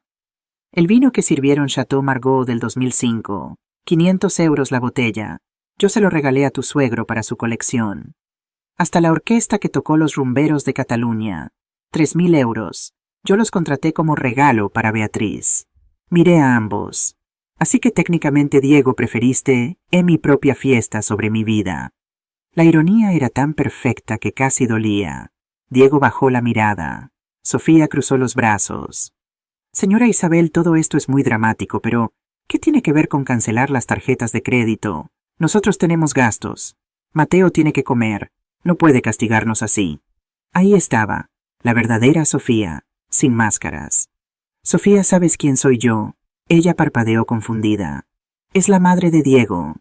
Soy Isabel Soler Vidal, dueña del Hospital Clínic Saint-Joan, heredera del imperio médico de mi padre. Directora ejecutiva de un hospital con ingresos anuales de 40 millones de euros. Los ojos de Sofía se abrieron como platos. Durante 30 años he pagado cada euro de la vida de Diego. Su colegio suizo 18.000 euros al año durante 12 años. Su universidad en ESADE 60.000 por el MBA. Su boda 120.000 euros. Me volví hacia Diego. Tu apartamento en Sant Gervasi. Yo pagué el depósito de 50.000 euros. Yo pagué la cocina alemana de 30.000. Yo pago la comunidad de gastos 800 euros al mes. Tu trabajo en el despacho de tu padre. Tu padre gana 40.000 euros al año. ¿Sabes cuánto te paga? 2.000 euros al mes. ¿De dónde crees que sale el resto del dinero para mantener tu estilo de vida? Diego no podía mirarme a los ojos. De mí. Todo de mí. Siempre de mí. Sofía se puso de pie. Esto no puede ser verdad. Diego me dijo que su padre... Mi padre es un abogado mediocre con un despacho pequeño que apenas sobrevive. Dijo Diego, su voz apenas un susurro. Todo lo que te dije sobre nuestra familia, sobre nuestra riqueza, era mentira. Bueno, no mentira. Simplemente pensé que venía de él cuando siempre vino de ella. Sofía lo miró con una mezcla de horror y furia. ¿Me estás diciendo que durante 4 años de matrimonio he estado viviendo del dinero de tu madre? Así es, respondí por él. Cada euro que has gastado en bolsos Louis Vuitton, en vacaciones en Maldivas, en la escuela privada de Mateo, cada euro salió de mi cuenta bancaria. Sofía se volvió hacia mí. ¿Y ahora qué? ¿Nos va a dejar en la calle? ¿Es eso lo que quiere venganza? No es venganza, Sofía. Es justicia, y hay una diferencia. Me incorporé ignorando el dolor. Diego es un hombre de 31 años con un título universitario. Puede trabajar, puede mantenerse. Puede mantener a su familia con su propio esfuerzo. Con 2.000 euros al mes, Sofía casi gritó. ¿Sabes cuánto cuesta vivir en Barcelona? Sí, lo sé perfectamente, porque yo también trabajo, yo también gano mi dinero. La diferencia es que yo no esperaba que nadie más lo pagara por mí. Tomé mi iPad, les mostré el Nuevo Testamento. Diego, esto es lo que vas a heredar cuando yo muera, 5.000 euros al mes de un fideicomiso. Suficiente para vivir dignamente. No suficiente para el Mercedes y las vacaciones en el Caribe. El resto de mi patrimonio, aproximadamente 40 millones de euros, va a 2 lugares, 70% a una fundación para mujeres invisibilizadas, 30% al hospital. Diego levantó la vista aturdido. 40 millones. ¿Nunca te preguntaste de dónde venía el dinero, Diego? ¿Nunca tuviste curiosidad? ¿Nunca pensaste que era extraño que tu padre, un abogado con 3 clientes importantes, pudiera pagar un penthouse de 2,5 millones de euros? Yo pensé que tenía inversiones. Las inversiones eran mías. La casa es mía. Todo es mío, y siempre lo fue. Sofía había palidecido completamente. Esto es injusto, terminé por ella. No, Sofía. Lo injusto fue que me trataras como sirvienta, que cerraras la puerta en mi cara cuando fui a visitarlos, que borraras mi existencia de la vida de mi nieto. Lo injusto fue que Diego eligiera tu cumpleaños de madre sobre mi vida. Lo que estoy haciendo ahora es simplemente dejar de financiar mi propia invisibilidad. Diego finalmente habló, su voz quebrada. Mamá, yo no sabía. Nunca supe que tú... Porque nunca preguntaste. Porque te convenía no saber. Porque era más fácil vivir en la mentira que enfrentar la verdad. Me recosté en las almohadas agotada. Ahora los dos tienen una decisión que tomar. Pueden seguir viviendo como han vivido, esperando que yo los rescate, o pueden empezar a construir sus propias vidas. Pero esto es cruel, empezó Sofía. No, cruel fue escuchar a mi hijo decir que mi muerte podía esperar. Esto es simplemente consecuencias. Sofía agarró su bolso Prada, también pagado por mí, y salió de la habitación sin decir palabra. Diego se quedó sentado mirando sus manos. Mamá, yo... no sé qué decir. No hay nada que decir. Solo hay cosas que hacer. Y eso depende de ti. Se levantó lentamente. ¿Alguna vez vas a perdonarme? La pregunta me partió el corazón, porque a pesar de todo, a pesar del dolor y la traición, seguía siendo mi hijo. No lo sé, Diego. Pregúntame en 1 año, cuando hayas vivido con tu propio esfuerzo, cuando hayas entendido lo que significa trabajar por cada euro, cuando puedas mirarme a los ojos y decirme que finalmente entiendes quién soy. ¿Entiendo ahora? No, todavía no, pero lo harás. Salió de la habitación. Me quedé sola con el pitido constante del monitor cardíaco y el zumbido del aire acondicionado. Cerré los ojos. Y por primera vez en 30 años dormí profundamente. Desperté 3 horas después con el sonido de alguien tocando suavemente la puerta. «Adelante», dije, esperando ver a una enfermera. Pero no era una enfermera. Era un hombre de unos 62 años. Alto, pelo gris, ojos verdes como los míos. Llevaba un traje simple pero bien cortado, y en sus manos un ramo de gardenias. «Hola, Isabel», mi corazón se detuvo. «Tomás, mi hermano mayor, a quien no había visto en 25 años. No desde el funeral de mi padre, cuando me dijo que yo había seducido a papá para obtener la herencia. Entró despacio como si temiera que fuera a echarlo. Leí en La Vanguardia sobre tu accidente. Y sobre lo que pasó con Diego. ¿Cómo sabías sobre Diego? El periódico solo había reportado el accidente. Tomás debió ver mi confusión. Javier Cortés me llamó. Pensó que debía saberlo. Javier, mi leal director médico, que conocía a toda mi familia, que sabía del distanciamiento con Tomás. ¿Por qué viniste? Pregunté, mi voz más dura de lo que pretendía. Tomás puso las gardenias en el florero vacío junto a mi cama. Porque soy un idiota que ha desperdiciado 25 años siendo orgulloso y estúpido. Se sentó en la silla, la misma silla donde Fernando había estado, donde Diego había estado. Isabel, tengo que decirte algo que debí decir hace 25 años cuando papá murió. Esperé. Papá tenía razón. Tú eras la correcta para heredar el hospital. Yo soy un buen cirujano cardiovascular. Eso es todo. Salvo vidas en la mesa de operaciones, pero no tengo visión de negocio. No tengo tu cerebro para estrategia, para finanzas, para liderazgo. Mis ojos se llenaron de lágrimas. Pasé 25 años odiándote porque papá te eligió a ti. 25 años envenenado por el resentimiento. Pero hace 5 años, cuando tuve mis propios hijos, cuando vi cómo Sara, mi hija, era mejor en matemáticas que Lucas, mi hijo, entendí.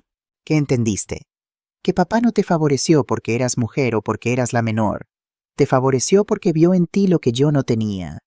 Y en lugar de celebrarlo, en lugar de ser tu socio, te castigué con mi silencio. Una lágrima rodó por su mejilla. Soy cardiólogo, Isabel. Opero corazones. Pero el mío estaba tan lleno de envidia que dejé de sentir. Se inclinó hacia adelante. Vi lo que el hospital se convirtió bajo tu dirección. Lo seguí en secreto. Las expansiones, los nuevos departamentos, las colaboraciones internacionales. Multiplaste lo que papá construyó por 5, y lo hiciste en silencio, sin fanfarria, sin crédito público. Porque mi esposo me pidió que... Porque fuiste una tonta. Me interrumpió, pero con ternura. Como yo fui un tonto, ambos perdimos 25 años por orgullo. Me limpié las lágrimas. ¿Por qué ahora, Tomás? ¿Por qué después de todo este tiempo? Porque leí que tu propio hijo te abandonó en tu momento de necesidad. Y pensé, Dios mío, ella debe sentirse tan sola. Y yo, su hermano, su única familia sanguínea después de papá, ni siquiera estaba ahí. No podía dejar pasar un día más sin decirte lo siento. Perdóname. Y si hay alguna forma de que pueda ser tu hermano otra vez, aunque sea solo un poco, me gustaría intentarlo. Sollocé. 30 años de lágrimas contenidas saliendo todas a la vez. Tomás se levantó, se sentó en el borde de mi cama, me abrazó con cuidado evitando mis costillas rotas, y lloré en su hombro como no había llorado en décadas. Nos quedamos así durante largo rato. Cuando finalmente me calmé, Tomás se apartó con cuidado. Isabel, necesito preguntarte algo. Lo que sea. El hospital necesita un nuevo jefe de cardiología. El doctor Ramos se jubila en 6 meses. Sé que no tengo derecho a pedir nada, pero... ¿considerarías contratarme? Lo miré sorprendida.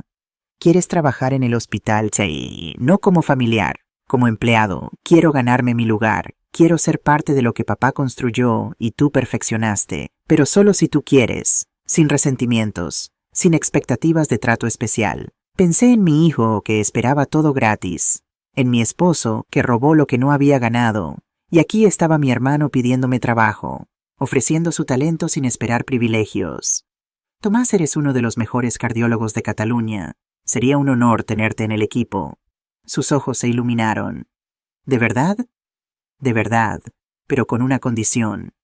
La que sea. Quiero que conozcas a tus sobrinos nietos. Sara y Lucas. Quiero ser la tía que debí ser durante 25 años. Tomás sonrió. Esa sonrisa que recordaba de nuestra infancia antes de que la herencia nos separara. Les va a encantar conocer a su tía, la mujer más poderosa de Barcelona. No soy poderosa. Sí lo eres, solo que durante 30 años fingiste no serlo. Esa noche sola en mi habitación del hospital recibí un mensaje de un número desconocido. Señora Isabel, soy Beatriz Reyes, la madre de Sofía. Podría llamarme cuando pueda. Es importante. Dudé. Pero la curiosidad pudo más. Marqué el número. Señora Isabel, la voz de Beatriz sonaba diferente, cansada, triste. Beatriz, gracias por llamar. Yo necesito decirle algo.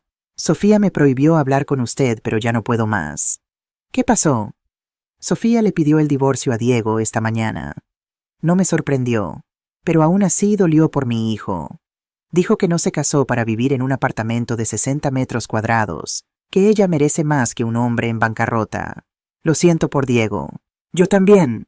Pero señora Isabel, no llamé para hablar de eso. Llamé para disculparme. ¿Disculparse? Yo animé a Sofía a alejarlo de usted. Pensé que estaba protegiendo a mi hija, ayudándola a establecer límites con su suegra, pero solo le enseñé a ser cruel. Beatriz respiró profundo. Le enseñé a borrarla, a cerrarle puertas, a mantener a Mateo lejos de usted. Y ahora veo las consecuencias. ¿Qué consecuencias? Mateo pregunta por usted constantemente. ¿Dónde está abuela Isa? ¿Por qué ya no viene? Yo le mentía.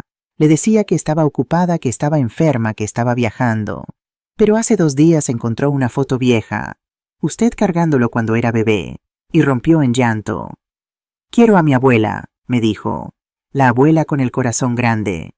Mi corazón se partió. Así es como usted le enseñó a dibujar.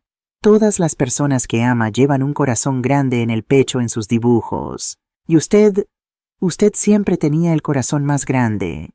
No pude contener las lágrimas. Señora Isabel, no merezco su perdón, pero necesitaba que supiera me equivoqué. Al ayudar a mi hija a borrarla, le enseñé a mi nieto que las abuelas son descartables. Y ahora viendo cómo Sofía desecha a Diego cuando ya no tiene dinero... Entiendo el daño que hicimos. Beatriz, Mateo la ama. No sé cómo porque apenas la vio. Pero los niños saben quién los ama de verdad. Puedo verlo, Sofía no me lo permitiría, pero yo podría llevarlo al parque cerca de su casa, mañana a las 4, casualmente. Entendí lo que me estaba ofreciendo. Gracias. No me agradezca, solo ámelo, como yo debí dejar que usted lo amara desde el principio. Colgamos. Miré el reloj. Las 10 de la noche. En 24 horas había cortado a Fernando de todo mi dinero, cancelado el acceso de Diego a mi patrimonio, modificado mi testamento, reencontrado a mi hermano, recibido una disculpa sincera de Beatriz, y mañana vería a mi nieto. El doctor Cortés entró para su ronda nocturna. Isabel, ¿cómo te sientes? Adolorida, pero completa. Bien, porque mañana te doy de alta si todo sigue bien. Perfecto. Vas a estar sola en casa. Pensé en mi casa de Sarriá, grande, vacía, silenciosa, pero ya no me daba miedo. Sí, y por primera vez eso no me asusta. Javier sonrió. Tu padre estaría muy orgulloso, Isabel. Eso espero, Javier. Eso espero. Salí del hospital al mediodía del día siguiente. El doctor Cortés insistió en que tomara un taxi, pero yo conduje mi propio Mercedes. Necesitaba sentir el control del volante entre mis manos, recordar que podía moverme libremente por mi ciudad.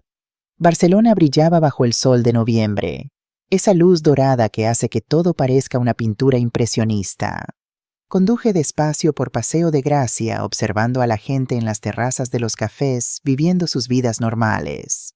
Llegué a casa a la 1. La casa estaba en silencio. Fernando había empacado algunas cosas, podía ver los espacios vacíos en el armario, pero la mayoría de sus pertenencias seguían ahí. Tendría que enviar a alguien a empacar todo y enviárselo. Pero eso podía esperar. Me cambié de ropa con cuidado. Cada movimiento dolía. Las costillas rotas me recordaban que estaba viva, que había sobrevivido más que un accidente de coche. Me puse unos pantalones de lino beige, una blusa blanca simple, zapatos cómodos. Me recogí el pelo. Me miré en el espejo. La mujer que me devolvía la mirada era diferente. Más delgada sí.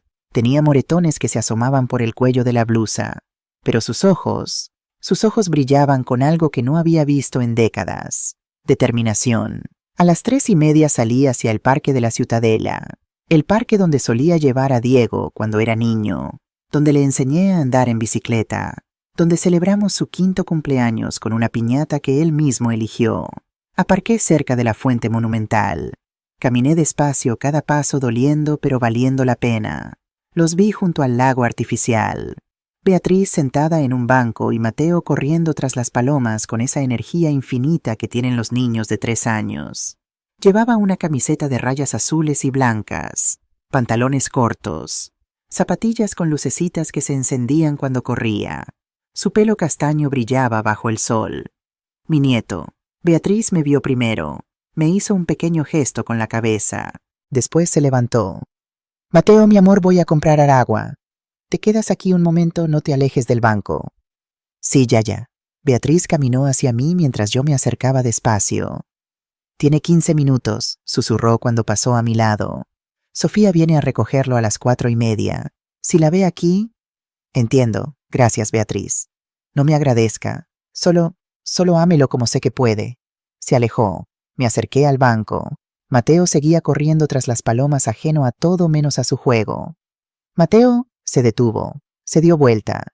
Me miró con esos ojos cafés enormes tan parecidos a los de Diego cuando era niño. Sí, soy tu abuela, abuela Isabel. Sus ojos se iluminaron como las luces de sus zapatillas. Abuela Isa, la abuela con el corazón grande. Me arrodillé frente a él, ignorando el dolor agudo en las costillas. Estábamos a la misma altura ahora. Sí, mi cielo, soy yo. Y entonces pasó algo que no esperaba. Mateo se lanzó a mis brazos. Te extrañé. ¿Dónde estabas, Yaya? Bea dijo que estabas enferma, pero que ya estás mejor. Lo abracé. Olía a champú de bebé y a galletas y a sol. Su cuerpecito tibio contra el mío. Su corazón latiendo rápido de emoción. Estuve enferma, sí, pero ya estoy mejor. Y te extrañé muchísimo. Se apartó, me miró con seriedad. Mamá dice que estás muy ocupada, que las abuelas ocupadas no tienen tiempo para niños. El dolor que sentí no fue físico. Tu mamá se equivoca. Nunca estoy demasiado ocupada para ti. ¿Me quieres? La pregunta tan simple, tan directa, tan devastadora. Te amo más que a nada en el mundo. Sonrió. Esa sonrisa sin dientes que tienen los niños pequeños. Yo también te amo. Hice un dibujo de ti en el kinder. La señora Ana dijo que era muy bonito. ¿Sí? ¿De qué era ti? De ti con un corazón grande, porque tú me enseñaste que las personas que amamos tienen corazones grandes. Me llevé la mano al pecho tratando de contener el sollozo que amenazaba con salir. ¿Quieres sentarte conmigo un ratito? Podemos ver los patos en el lago. Sí, y puedes contarme un cuento. Papá dice que tú cuentas los mejores cuentos. Nos sentamos en el banco. Mateo se acurrucó contra mi costado. Yo pasé el brazo sobre sus hombros, conteniendo el dolor para no soltarlo.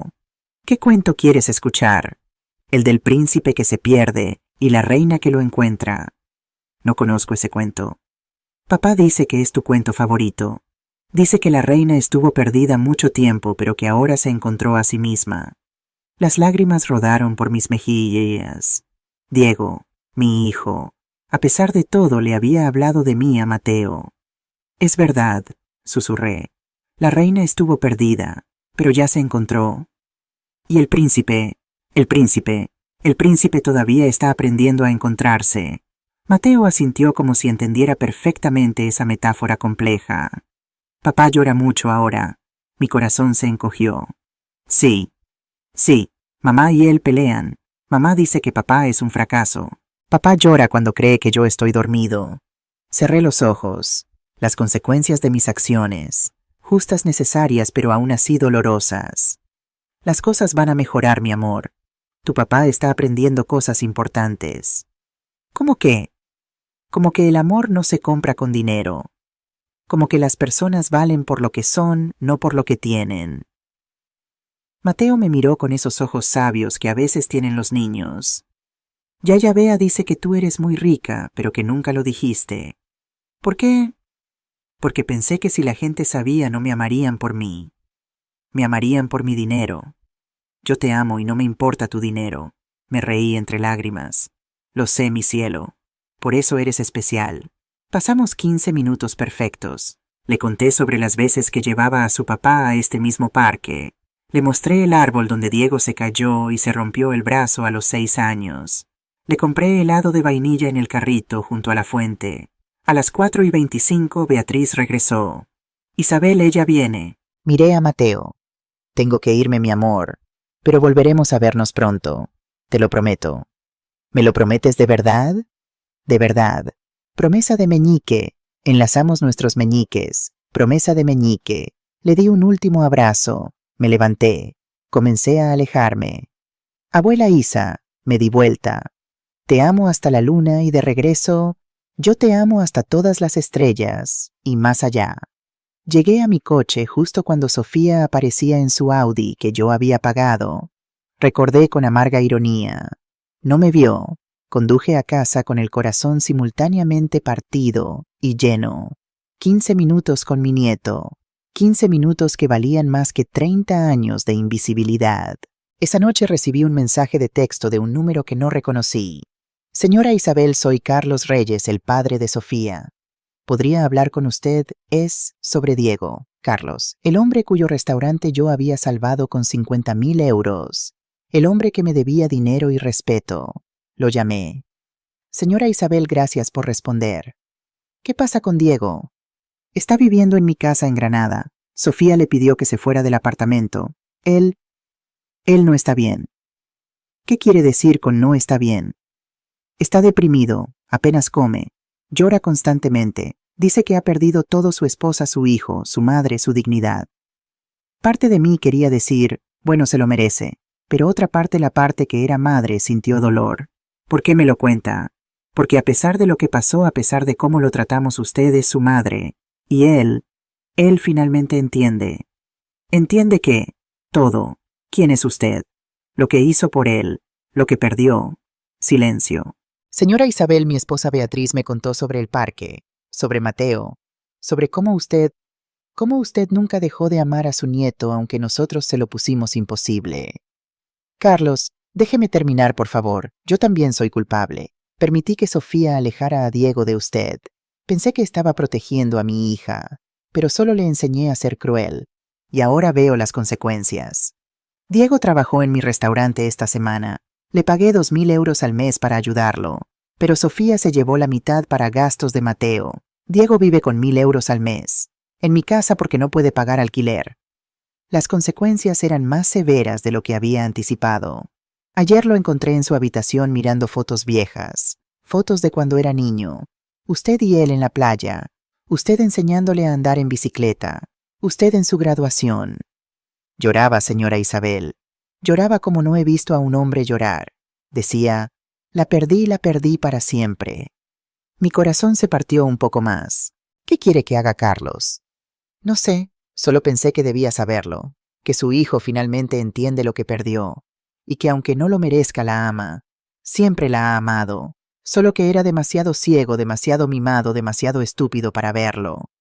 Colgamos. Me senté en mi sala en la casa que ahora habitaba sola, rodeada de lujo que de repente parecía vacío.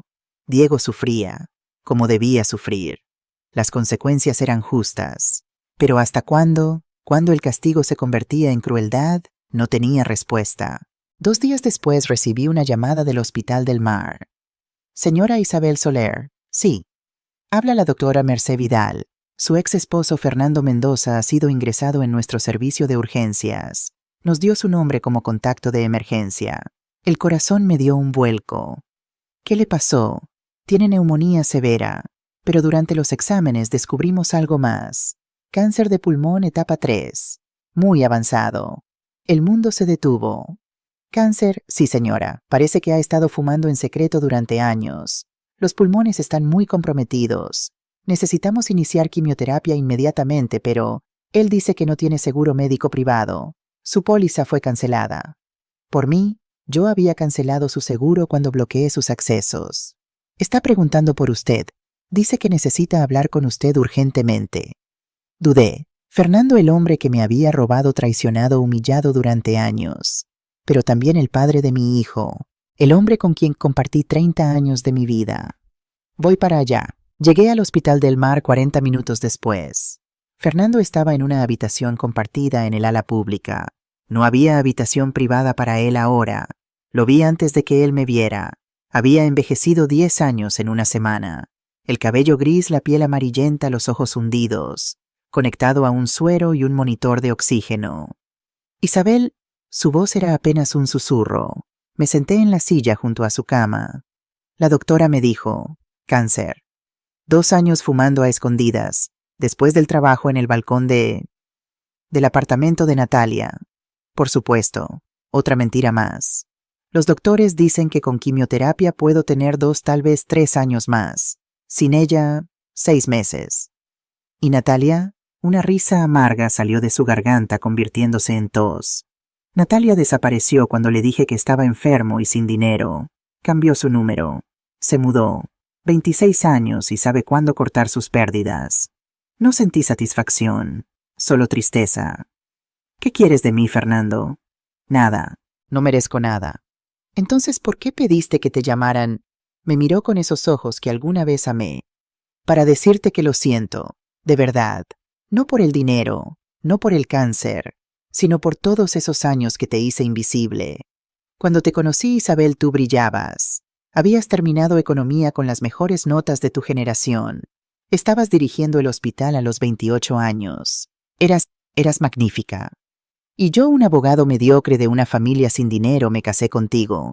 Y en lugar de celebrar tu éxito, lo temí. Temí que la gente dijera que me casé por dinero, que no era suficientemente hombre para estar con una mujer tan exitosa. Así que te convencí de esconderte, de hacerte pequeña para que yo pudiera sentirme grande. Y tú, porque me amabas, aceptaste. Lágrimas rodaban por sus mejillas. Te robé 30 años, Isabel. No solo el dinero, te robé tu identidad, tu voz, tu derecho a brillar. Y cuando finalmente tuviste el valor de brillar otra vez, cuando cortaste todo y te liberaste, yo te llamé cruel. Te dije que morirías sola, como si ser amada por gente que solo te usa fuera mejor que estar sola.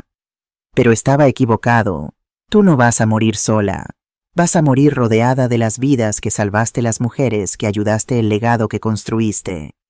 Yo sí voy a morir solo, en una cama de hospital público, sin dinero, sin Natalia, sin dignidad, y me lo merezco. No supe qué decir. Parte de mí quería gritar, sí te lo mereces. Otra parte quería llorar por el desperdicio de todo. Fernando, ¿realmente fumaste durante 2 años y nunca te hiciste un chequeo? No quería saber. Si sabía, tendría que dejar de fumar. Y fumar era lo único que me calmaba la ansiedad de vivir la mentira. Irónico. Tan irónico que casi dolía. ¿Qué vas a hacer?, pregunté finalmente. Tratamiento en el sistema público. Es gratis pero lento. Me han dado cita para dentro de 6 semanas. Para entonces el cáncer habrá avanzado más. Suspiró. Pero está bien, son las consecuencias de mis decisiones. Me levanté. Isabel, espera. Me detuve. ¿Puedes hacer algo por mí? No por mí, por Diego. ¿Qué? Perdónalo. Antes de lo que me perdonarías a mí si es que alguna vez lo haces. Él es joven, puede cambiar. Yo ya no tengo tiempo. Salí del hospital con la cabeza dando vueltas. Fernando con cáncer. Diego destruido. Mi familia desmoronándose. Y yo finalmente libre, pero pagando el precio de esa libertad. Las consecuencias son justas, me recordé. Son necesarias. Pero aún duelen. Una semana después, la periodista Carla Simón de La Vanguardia vino a mi casa para la entrevista. Era una mujer de unos 40 años, inteligente, con esa mirada aguda que tienen los buenos periodistas. Nos sentamos en mi sala. Ella preparó su grabadora. Yo preparé té. Señora Soler, gracias por acceder a esta entrevista. Usted ha sido un misterio en Barcelona durante décadas. La heredera invisible del imperio médico Soler. Llámame Isabel, por favor. Isabel, entonces, ¿por qué ahora? ¿Por qué después de 30 años decides hablar públicamente? Respiré profundo. Porque ya me cansé de ser invisible. Porque hay millones de mujeres como yo, que han construido imperios en silencio, que han sostenido familias sin crédito, que han desaparecido para que otros brillen. Y quiero que sepan que no tienen que hacerlo, que pueden tener éxito y voz, que pueden brillar sin pedir permiso. Carla tomó notas. Es verdad que tu hijo te abandonó durante una emergencia médica. No esperaba que fuera tan directa. Sí, tuve un accidente de coche. El doctor llamó a mi hijo para autorizar una cirugía de emergencia. Él estaba en una fiesta. Me dijo al doctor que si yo moría le avisara después. Carla dejó de escribir horrorizada. Dios mío. Esa fue mi epifanía. El momento en que entendí que había criado a un hijo que me veía como un recurso, no como una persona. ¿Y qué hiciste? Corté todo el dinero, las tarjetas de crédito, el acceso a cuentas, el coche, todo lo que él creía que era suyo, pero que siempre fue mío. Eso suena duro. No, duro fue escuchar a mi hijo decir que mi muerte podía esperar. Lo que yo hice fueron simplemente consecuencias. La entrevista duró 2 horas. Le conté todo, mi herencia, cómo Fernando me convenció de ocultarme, cómo Diego creció sin saber quién era yo realmente, el abandono, la traición de Fernando, las decisiones que tomé. Y le hablé de mi nueva fundación. Fundación Isabel Soler para Mujeres Invisibilizadas. Vamos a ofrecer apoyo legal, médico y financiero a mujeres que han dado todo y recibido nada. Mujeres en situaciones de abuso económico. Mujeres que necesitan divorciarse pero no tienen recursos. Mujeres que han sido borradas de sus propias vidas. Suena personal. Lo es, porque yo fui una de ellas. Y si mi dinero, el dinero que heredé de un padre que creyó en mí, puede ayudar a otras mujeres a no desaparecer, entonces todo el dolor habrá valido la pena. La entrevista se publicó 3 días después, en portada de La Vanguardia, con una foto mía en mi oficina del Hospital Clínic St. Joan, rodeada de diplomas y certificados que finalmente llevaban mi nombre visible. La heredera invisible, Isabel Soler, rompe 30 años de silencio. El artículo fue viral en horas, compartido en Twitter, Facebook, Instagram. Mujeres de toda España, de toda Latinoamérica comentando, esta es mi historia. Yo también he sido invisible. Gracias por darme voz. Recibí cientos de emails. Mujeres contándome sus historias, pidiéndome ayuda, ofreciéndose como voluntarias para la fundación. El hospital recibió llamadas de medios internacionales. El Financial Times quería entrevistarme. Forbes España quería incluirme en su lista de las mujeres más poderosas del país.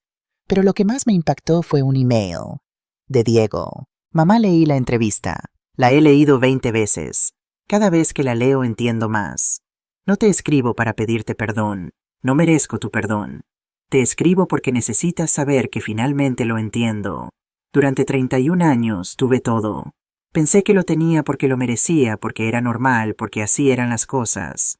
Nunca pregunté de dónde venía el dinero. No quería saber. Era más fácil no saber. Ahora vivo en la casa de mis suegros en Granada. Trabajo en su restaurante lavando platos. Gano 1.000 euros al mes. Sofía se quedó con la otra mitad para Mateo. Vivo en una habitación de 3 metros. Como lo que sobra de la cocina del restaurante. No tengo coche. Tomo el autobús. ¿Y sabes qué es lo irónico, mamá? Por primera vez en mi vida estoy orgulloso de algo. Orgulloso de ganarme mi propio dinero.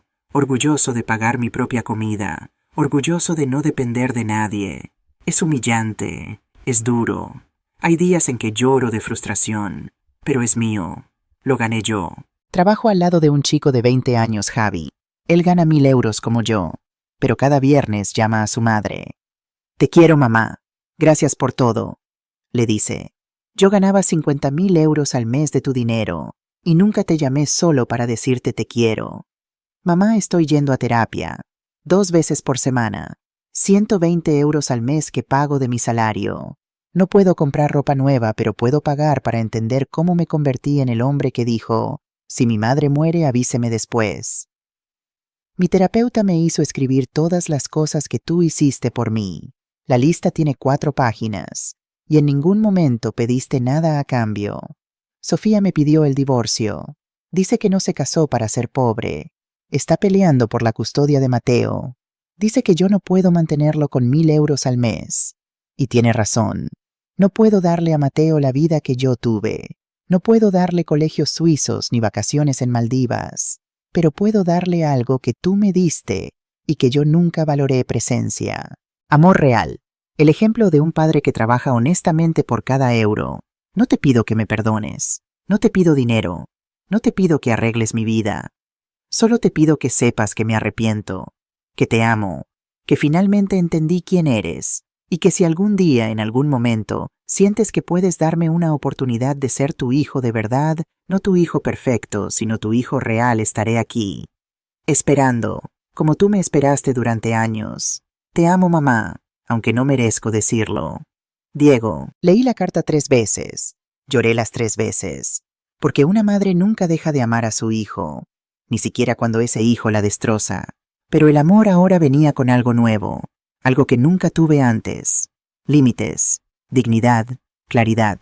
No iba a correr a rescatarlo. No iba a abrir mi cartera y resolver sus problemas. Pero tampoco iba a cerrar la puerta para siempre. Un mes después recibí una llamada de Elena.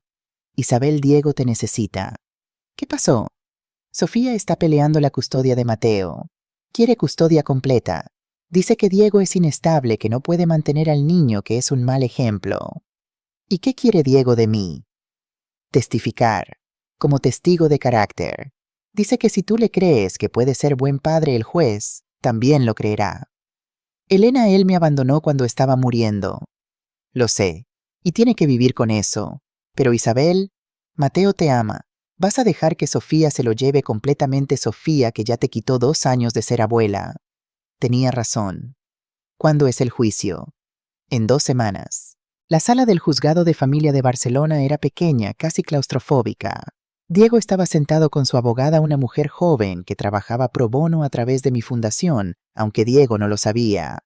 Sofía estaba con su abogado privado, un hombre de traje de 3.000 euros. A su lado, Jorge Esteve, su nuevo prometido, CEO de una empresa de software, 38 años. Rico el juez, un hombre de unos 60 años, revisaba documentos. Señora Sofía Reyes, usted solicita custodia completa de Mateo Mendoza Reyes. ¿Cuáles son sus razones? El abogado de Sofía se levantó. Señoría, mi clienta puede ofrecer a Mateo todas las oportunidades. Una casa de 200 metros cuadrados en Pedralbes. Colegio internacional. Estabilidad económica. El señor Mendoza, en cambio, vive en casa de sus suegros. Gana 1.000 euros al mes. No puede ni siquiera pagar un apartamento. Diego bajó la mirada. Además, señoría, el señor Mendoza ha demostrado inestabilidad. Recientemente abandonó a su propia madre durante una emergencia médica. Esa falta de empatía es preocupante en un padre. El juez miró a Diego. Señor Mendoza, ¿es cierto que abandonó a su madre durante una emergencia? Diego se puso de pie temblando. Sí, señoría, es cierto, y es el mayor error de mi vida. Un error del que me voy a arrepentir hasta que muera. Pero he estado yendo a terapia. He estado trabajando en ser mejor persona, no por dinero, no por estatus, sino porque quiero que mi hijo tenga un padre del que pueda estar orgulloso. El juez asintió. Señora Reyes, usted tiene nuevos planes matrimoniales. ¿Cómo afectará eso a Mateo? Sofía se puso de pie. Jorge ama a Mateo como si fuera suyo. Le vamos a dar una familia estable, viajes, educación, todo lo que merece. ¿Y usted, señor Mendoza? Yo no puedo darle viajes lujosos, no puedo darle colegio suizo, pero puedo darle tiempo, presencia. Puedo enseñarle que el valor de una persona no está en su cuenta bancaria. El abogado de Diego se levantó. Señoría, solicito llamar a un testigo.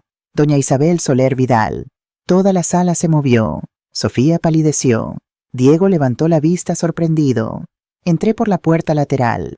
Llevaba un traje Armani negro, el pelo recogido, aretes de perlas. Simple pero poderosa. Me senté en el estrado. El juez me miró con interés. Señora Soler, es un honor. He leído sobre su fundación. Un trabajo admirable. Gracias, señoría. ¿Cuál es su relación con el caso? Soy la madre de Diego Mendoza y la abuela de Mateo. Entiendo. ¿Qué puede decirnos sobre la capacidad de su hijo como padre? Respiré profundo. Hace un mes mi hijo cometió el peor error de su vida. Me abandonó cuando estaba muriendo. Eligió una fiesta sobre mi vida. Diego cerró los ojos, lágrimas rodando por sus mejillas. Pero desde entonces he observado su transformación. No desde lejos, desde muy cerca. Lo he visto trabajar 12 horas al día lavando platos. He visto sus manos agrietadas por el detergente. He visto sus extractos bancarios donde cada euro está contado. He visto cómo compra libros usados para Mateo en lugar de nuevos. Cómo cocina arroz simple porque es lo que puede pagar. Cómo llora cuando Mateo le pregunta por qué ya no tienen el coche grande. Pero también he visto cómo le lee cuentos hasta quedarse dormido en el sofá. Cómo le enseña que el amor no se compra. Cómo le dice, te quiero 20 veces al día. Miré al juez directamente. Mi nieto no necesita un apartamento de 200 metros cuadrados. Necesita un padre presente. Un padre que haya aprendido de la forma más dura posible que las personas no son descartables. Diego no puede darle a Mateo esquí en Suiza, pero puede enseñarle algo más valioso: que el dinero se acaba, que los coches se venden, pero que un padre que está ahí, que lucha, que trabaja honestamente, ese padre es para siempre. El juez tomó notas. Señora Soler, usted es una mujer muy rica. ¿Podría ayudar a su hijo económicamente? Podría, pero no voy a hacerlo. Sofía sonrió pensando que había ganado, porque Diego necesita aprender a sostenerse solo, y lo está logrando. Está construyendo algo que el dinero no puede comprar dignidad. Pero continué, estoy dispuesta a ayudar con los gastos de Mateo, colegio, ropa, médicos, a través de un fideicomiso directo al niño, no a los padres, para que Mateo tenga oportunidades sin que Diego pierda la lección que está aprendiendo. El juez sonrió levemente. Sabio, señora Soler. El juez deliberó durante 20 minutos. Cuando regresó, todos nos pusimos de pie. He tomado una decisión. Custodia compartida 50-50, pero la residencia principal será con el padre. Sofía se levantó furiosa. Esto es ridículo. Prefiere a un hombre en bancarrota sobre una madre que puede dar todo. El juez la miró severamente. Prefiero a un padre que demuestra amor real sobre privilegios materiales. El niño necesita estabilidad emocional más que esquí en los Alpes. Señora Reyes, usted tendrá fines de semana alternos y la mitad de las vacaciones, pero el hogar principal de Mateo será con su padre. Decisión final. Diego colapsó en su silla sollozando.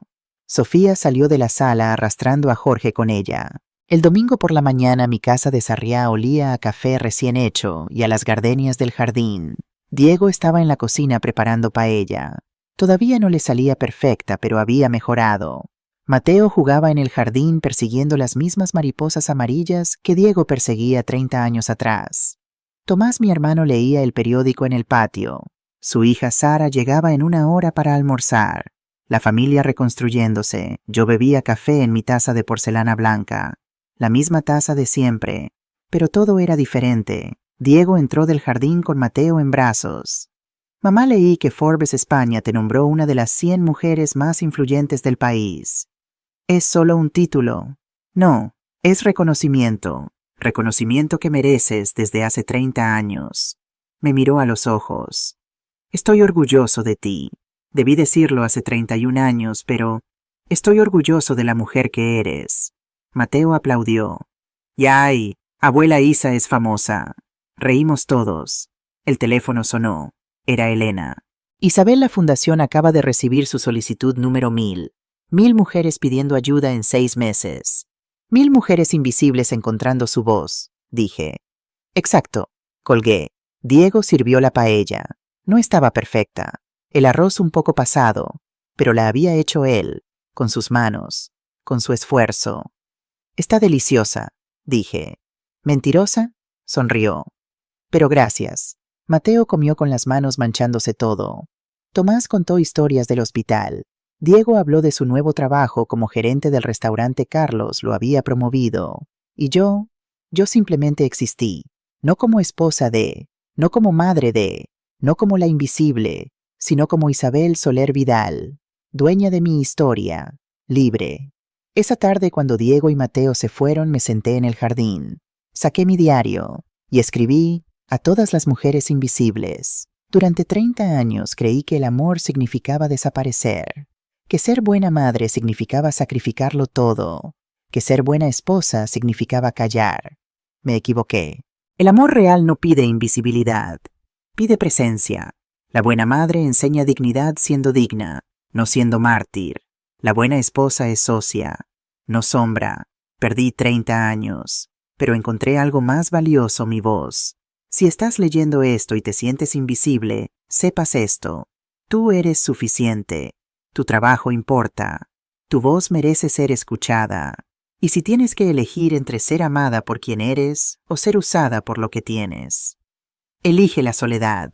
Porque la soledad es solo un espacio vacío, pero la invisibilidad es la muerte del alma. Con amor y fuerza, Isabel. Cerré el diario. Las gardenias olían dulces en el aire de noviembre.